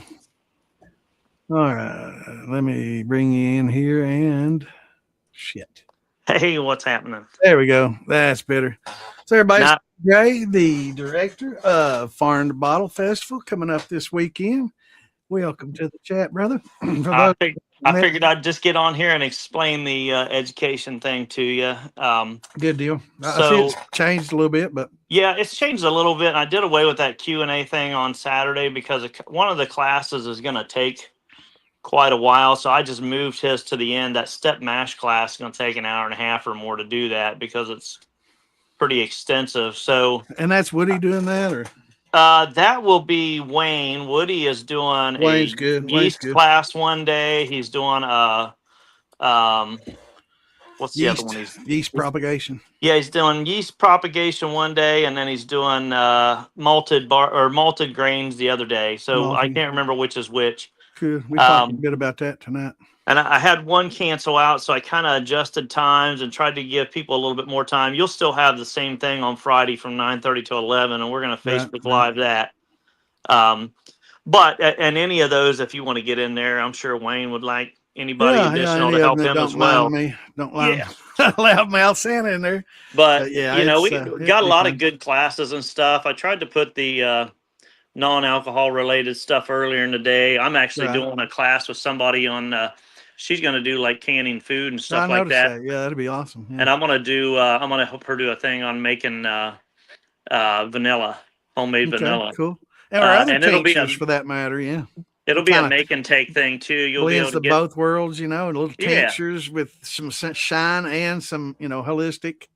Well, I'm gonna do two or three kinds there. With the vanilla, I'm gonna do a bourbon vanilla, and I'm gonna do one with just using plain old vodka, and I think I'm gonna do one with moonshine as well. So it's like some actual moonshine. Cool. So we'll do those, and there'll be a make and take thing where they'll get a little 4-ounce bottle to take home with them. It'll have a start using by date. So we'll date it out about 6 months, so it has plenty of time to actually turn into some good vanilla. So cool. But yeah, we did a lot. We talked about malting tonight, actually. So that's awesome. Yeah, I actually kind of want to get in on that class if I got time because I'm kind of interested in it's definitely good to learn. I kind of did a brief, you know, malting process. You know, it can be pretty complex, but it's not too bad once you know what you're looking for, right? And you know that acrospire. You know, knowing when that acrospire gets to 75% the length of the grain, you know that's when it's time to go ahead and dry it, because if you allow it to go any further, a lot of your enzyme production gets lost, right? And so does the starch in the grain itself. So just like corn, you know, when you watch that radical come out, you want to get it at a 1/4 inch, because if it gets long, you know, a lot of that amylase is consumed, a lot of energy from that endosperm or starch to put that radical out further than it needed to be. So all we're trying to do is activate those amylases in there, and endogenic amylases in there, to get them activated so we'll be able to use them as a diastatic conversion. Yep. And as far as that'd be awesome. as far as Woody being with you at the end of the night, he'll still be on there. I don't know if I stuck him Yeah, back I'd in like there or for him to not. join us. He's very knowledgeable. You know, Yeah, I I'd like can't remember to. if I stuck it back in there. I edited that damn thing so many times last night. Yeah, That, we'll try to put him in there. If not, you know, oh talk yeah, to he him. And definitely said he would do it. I just forgot to put his name back in the Q&A yeah, thing at the end. So yeah, I like. You know, I've enjoyed watching his podcast, especially on the yeast. Very knowledgeable. You know, on yeast propagation. I want to get him and Amanda and Alan on here and do a little podcast on yeast propagation and maybe some other things, you know, maybe some yeah, malting. We're doing another little thing on malting, and maybe he can kind of fill in some blanks, you know, that I may have. So right. that'd Yeah, be nice. sounds good. Yeah, I've watched him. He's very knowledgeable. He knows his stuff. So We he'll got be some good. really cool drinks that we're going to be doing. I sent you a picture of them. I like the sound of that. I've been playing mixologist here the last day or two, and Awesome. one we've done before is caramel apple moonshine cider, I've tried that last time I was up here. and we use local Pabst Hilltop Distilleries caramel apple moonshine, and then I've Right. got and right up the street from him there's an apple orchard, so all of that stuff, everything in that drink will be local right to this area. Awesome. And then Well, I didn't you have decided. some caramel apple shine that you did? Yes, I got some that I made Yeah. too. I think you tried it out at my place last year. Yeah, I did. And then I've got a pumpkin roll shot that I made today, kind of came up with, and it's got like pumpkin spice, vanilla, and rum chata in it, and Awesome. it tastes just like a pumpkin roll. Awesome. That's cool, man.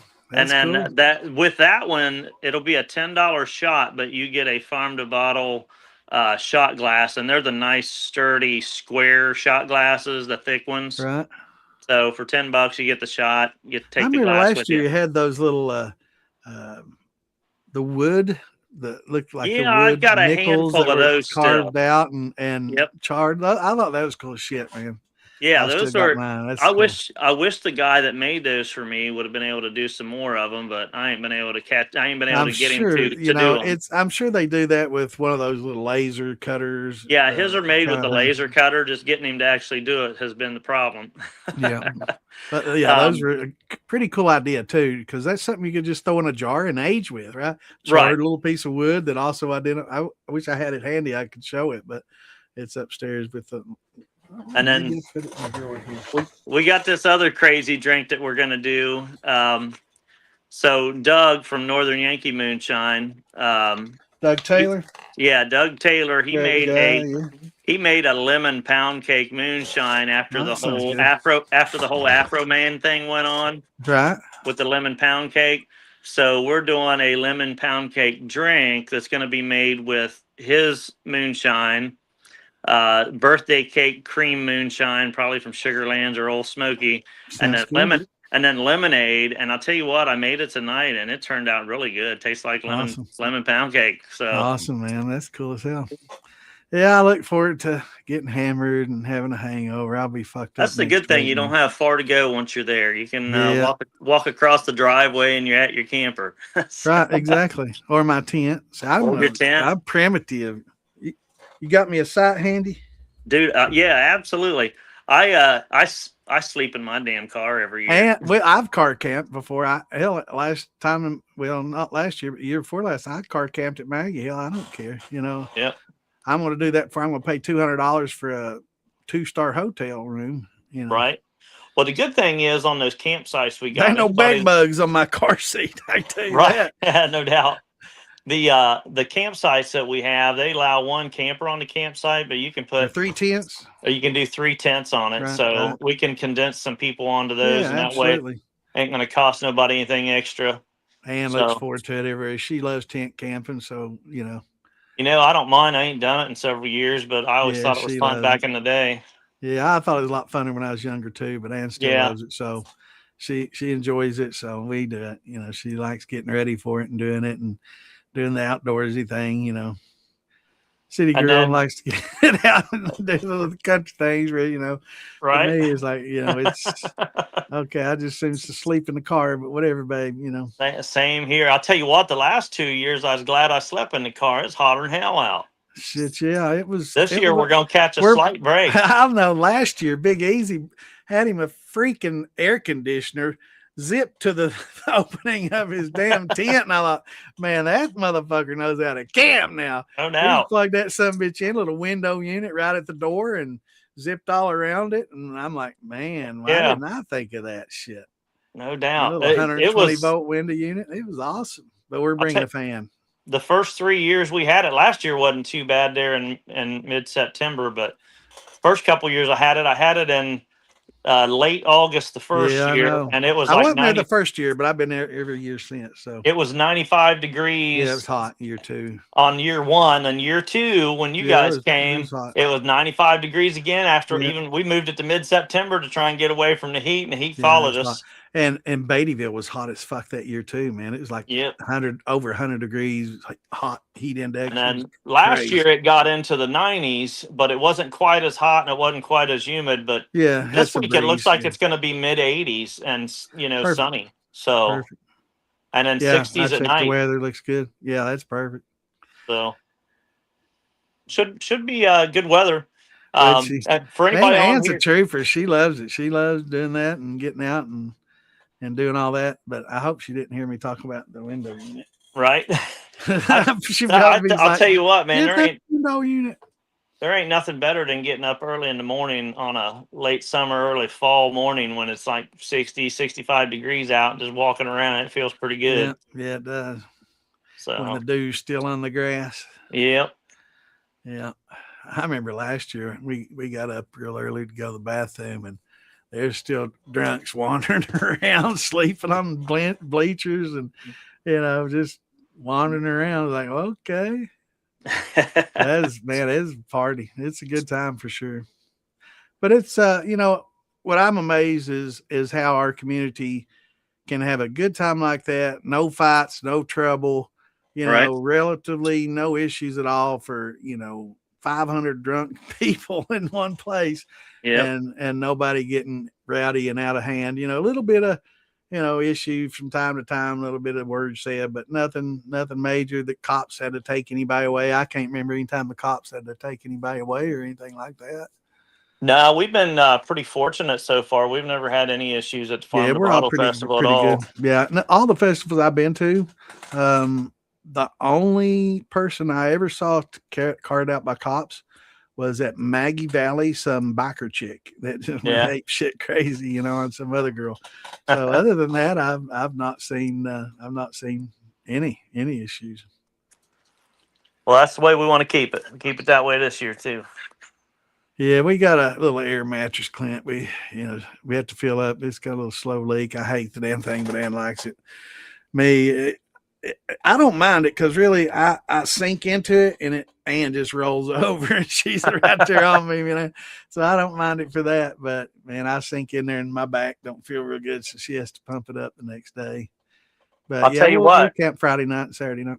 You need one of those air mattresses like what I got here. As a matter of fact, I may bring one up there if somebody wants. If you want to try it out, it's a Serta and it automatically inflates throughout the night. So if it starts getting low, it just automatically. Oh, that's awesome! Up. Yeah, we got a small tent, so. Yeah, this is like a king size mattress. Yeah, we got a small tent in the small. I've got bigger tents, but this one is. I got the rain fly to it. The other one, I don't know where the rain fly is. I got a bigger one. I also got like a, I don't know what you would call it. It's kind of like a canopy, I guess, with screen all around, but it's not a tent. It's just a canopy. Right. It's like a cover awning canopy type thing with screen all around it. I guess you could put a tent inside that and be kind of cool. Looky there. Uh-oh. Had to bomb your photo bomb. Yep, had to get up here and photo bomb. Yeah, had to get in the picture there. Are you in the picture? See yourself? Look. Wave at yourself. Who is that? What is that? Look at that sideways look. Wait a minute. I got an imposter on here. Yep, that's the wait a minute look. Wait a minute. But yeah, I can't wait till this weekend, man. I did post that pic. I'll post it before we get off here, but yeah, I'm gonna hop off here in a second anyway. But yeah, post that one up.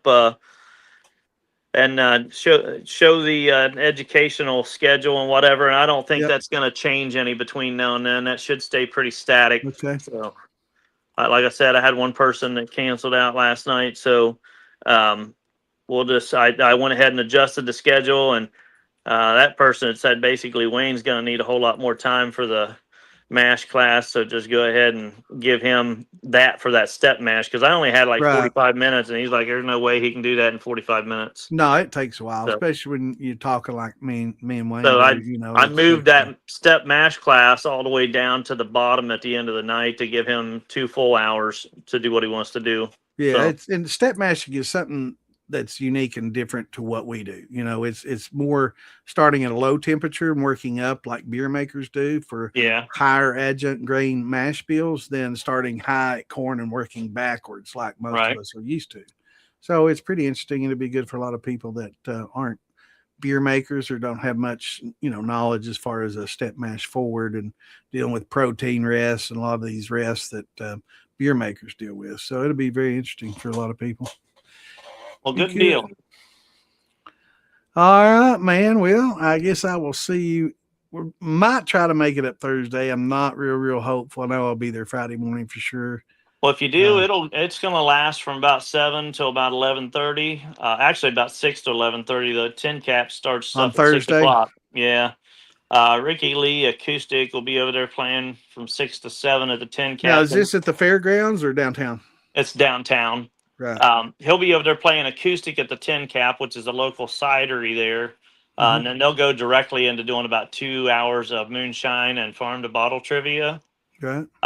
We'll have a couple of the moonshiner guys, whoever wants to show up, go over there and set for a little bit, and then we'll all go across the street when the band starts at the other place at around 7:30. Right. So Mary Cutter, is she playing downtown or they're at the festival No, grounds? she's playing at the fairgrounds on Saturday Okay. night. Yeah, good. Yeah, Thursday night's just a local band and then a Okay, local so that's acoustic going to be guy. the downtown thing Thursday Yeah, night, and and then it's all free to anybody that wants to come.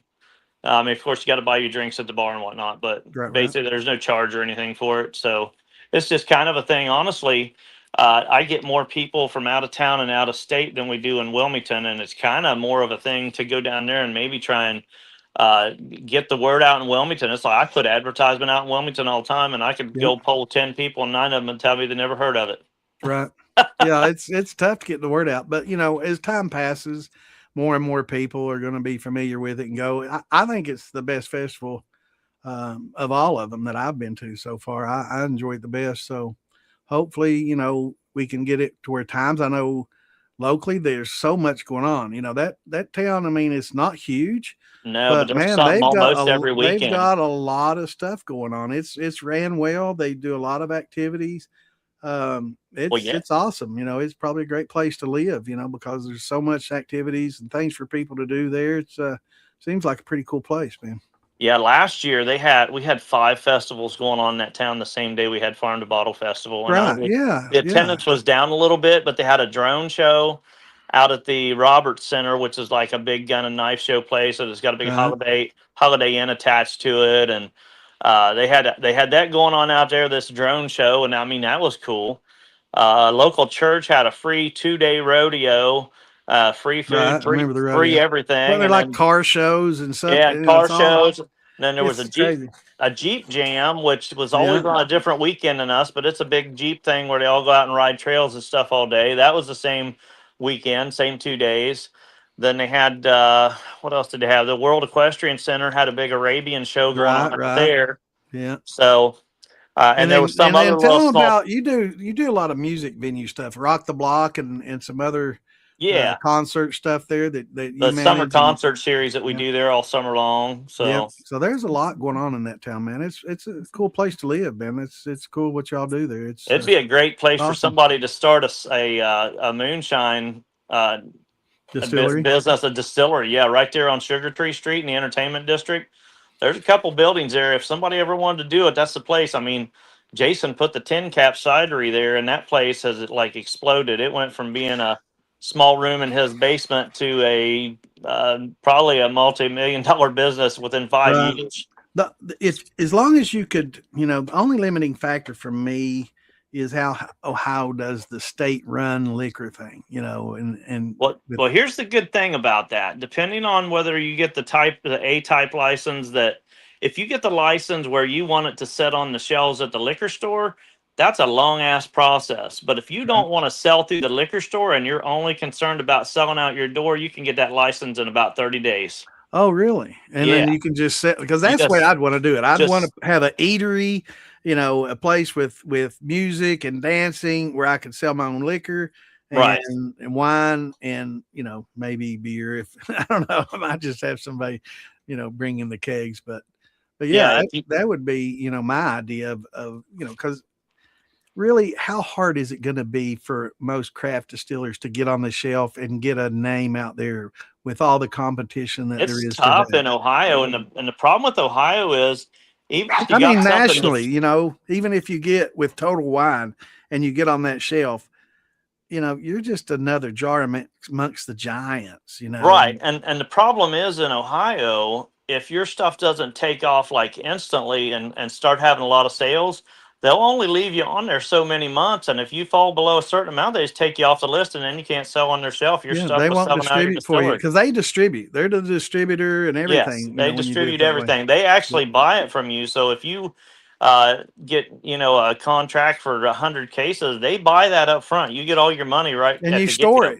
They buy it, but you store it. But you store it, and then you have to give it to them so much at a time. Right? Yeah, it's different. Every state's different. So I do like the fact that Ohio has the ability to do the in-store personal sales. That's awesome because that would be exactly what I'd want to do. Open an eatery, a place for nightclub eatery where you can sell your own liquor on site, your own wine and liquor. Talk about profit, man. Yeah. I like. And in an entertainment district, it would do well. But I mean, it's kind of a location thing. You could probably take it 4 blocks away and not do worth of crap. Oh yeah, locations everywhere, everything in that. But see, there's a farming college there, and all those kids, man. A 10 cap being a cidery, that's just right up their alley, man. Those college kids come over there, and they're in that place 5 days a week. I mean, it's full every night. Yeah, absolutely. Sounds awesome, man. All right, brother. Well, I look forward to partying with you this weekend, having a good time. Yep, sounds like a plan. Gonna have to take it easy on my liver until I get there. Yeah, no doubt about that. I know there's going to be hangovers to be had. Right. No doubt about it. Yeah, I'll try to get there Thursday. I'll give you a shout when we, decide if we're going to be able to make it Thursday night. Okay. If so, we'll show up there and maybe car camp if we do, and then put up the tent and stuff on Friday. Sounds good. We'll just have to play it by ear and see. But all right. Yeah. All right, brother. Good to see you. Thanks for tuning in and checking us out and giving us the skinny on the info. We get the Yo Joe off there. It's been up there for now. It's been up there for a bit, hasn't it? Yeah, I didn't even notice it. All right. Well, we'll catch you this weekend. Yeah, we'll see you this weekend, Dan. All right. Bye. Later, brother. All right. Good to see old Dan. All right. That's not where. There we go. All right. So there you have it. So let me see if I've got the updated schedule. I think that was it. Yeah. So this is Saturday night. It doesn't show the times, but I'll be doing something Friday night, I guess, late, and maybe not Saturday, which is cool because I definitely want to catch Mary Cutter. But maybe I'll get a sit in with Woody or Wayne or somebody else. If not, that's cool. But definitely look forward to meeting Woody. I've not met him yet, so that's going to be cool. And I'm going to talk to him and Wayne and see if we can get him and Wayne, Amanda, and Alan all on the show and have the Hollywood Squares and talk about yeast propagation. I think it'll be an awesome topic, and maybe we'll get to have a malting grain. So maybe we'll set up 2 different nights, or maybe we can cover it all in one. It's really tough. Like you said, it's tough to go over it. And I try to do it here, when I'm answering questions and talking about the whole process, which, doing like the step mash, it's going to take Wayne 2 hours. So I try to condense that shit into a 10-minute, quick speech. And it's really tough to do. But I try not to leave too many blanks out. It's hard to get everything in there. So, when you do have more time, maybe one day I'll do videos, and just put them out there for people to watch, and I can just focus on one thing without getting halfway through an explanation, handling a question that's totally unrelated, and then jumping back in and trying to remember where I was. Uh, yeah, it's good to see old Dan. It's been a while, I guess, since last year since I saw him. So, yeah, he's a good fella, good friend.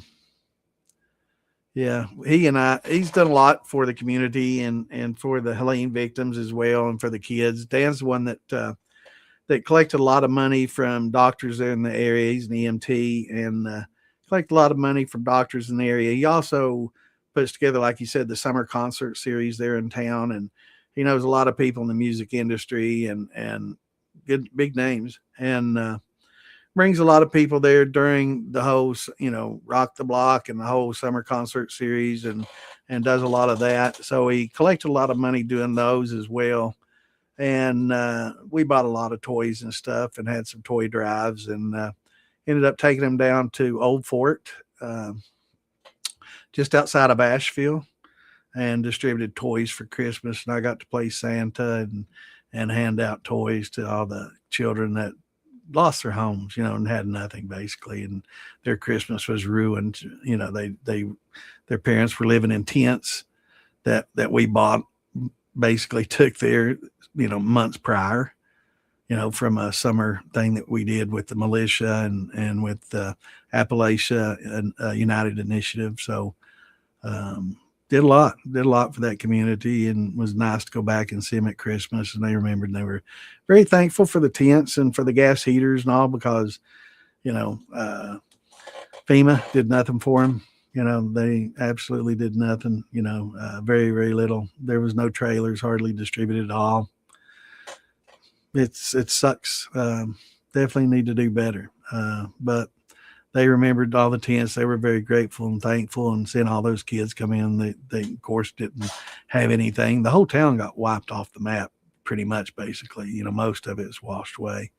So it was very touching to see those kids and to help make their Christmas a little better, and to see old Santy. But it was sweet, all them little kids coming up and giving me a hug, and they got to pick out whatever toy they wanted. We had big stacks of toys everywhere, all new toys. Then we had used toys out front on tables. They could just pick whatever they wanted. But in there we had some really nice toys, and they could pick it. Also, the Cajun Navy was there, and they were doing a little toy drive at the same time as well. And they're like, well, damn, we didn't know y'all were doing this. So we kind of joined together, and they donated all their toys to me to hand out to the kids. So that made it twice as nice.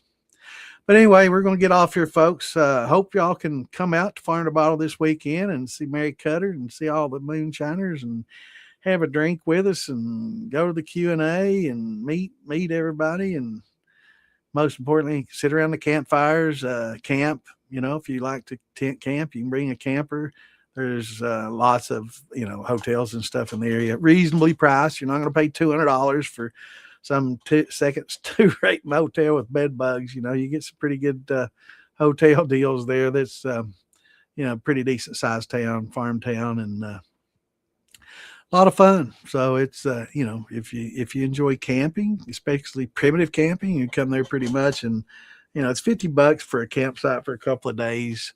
But if you got a couple other people, you can put up 3 tents on one side, and most people that are putting up tents, they'll say, hell yeah, put your tent up, hell, we'll have a good time.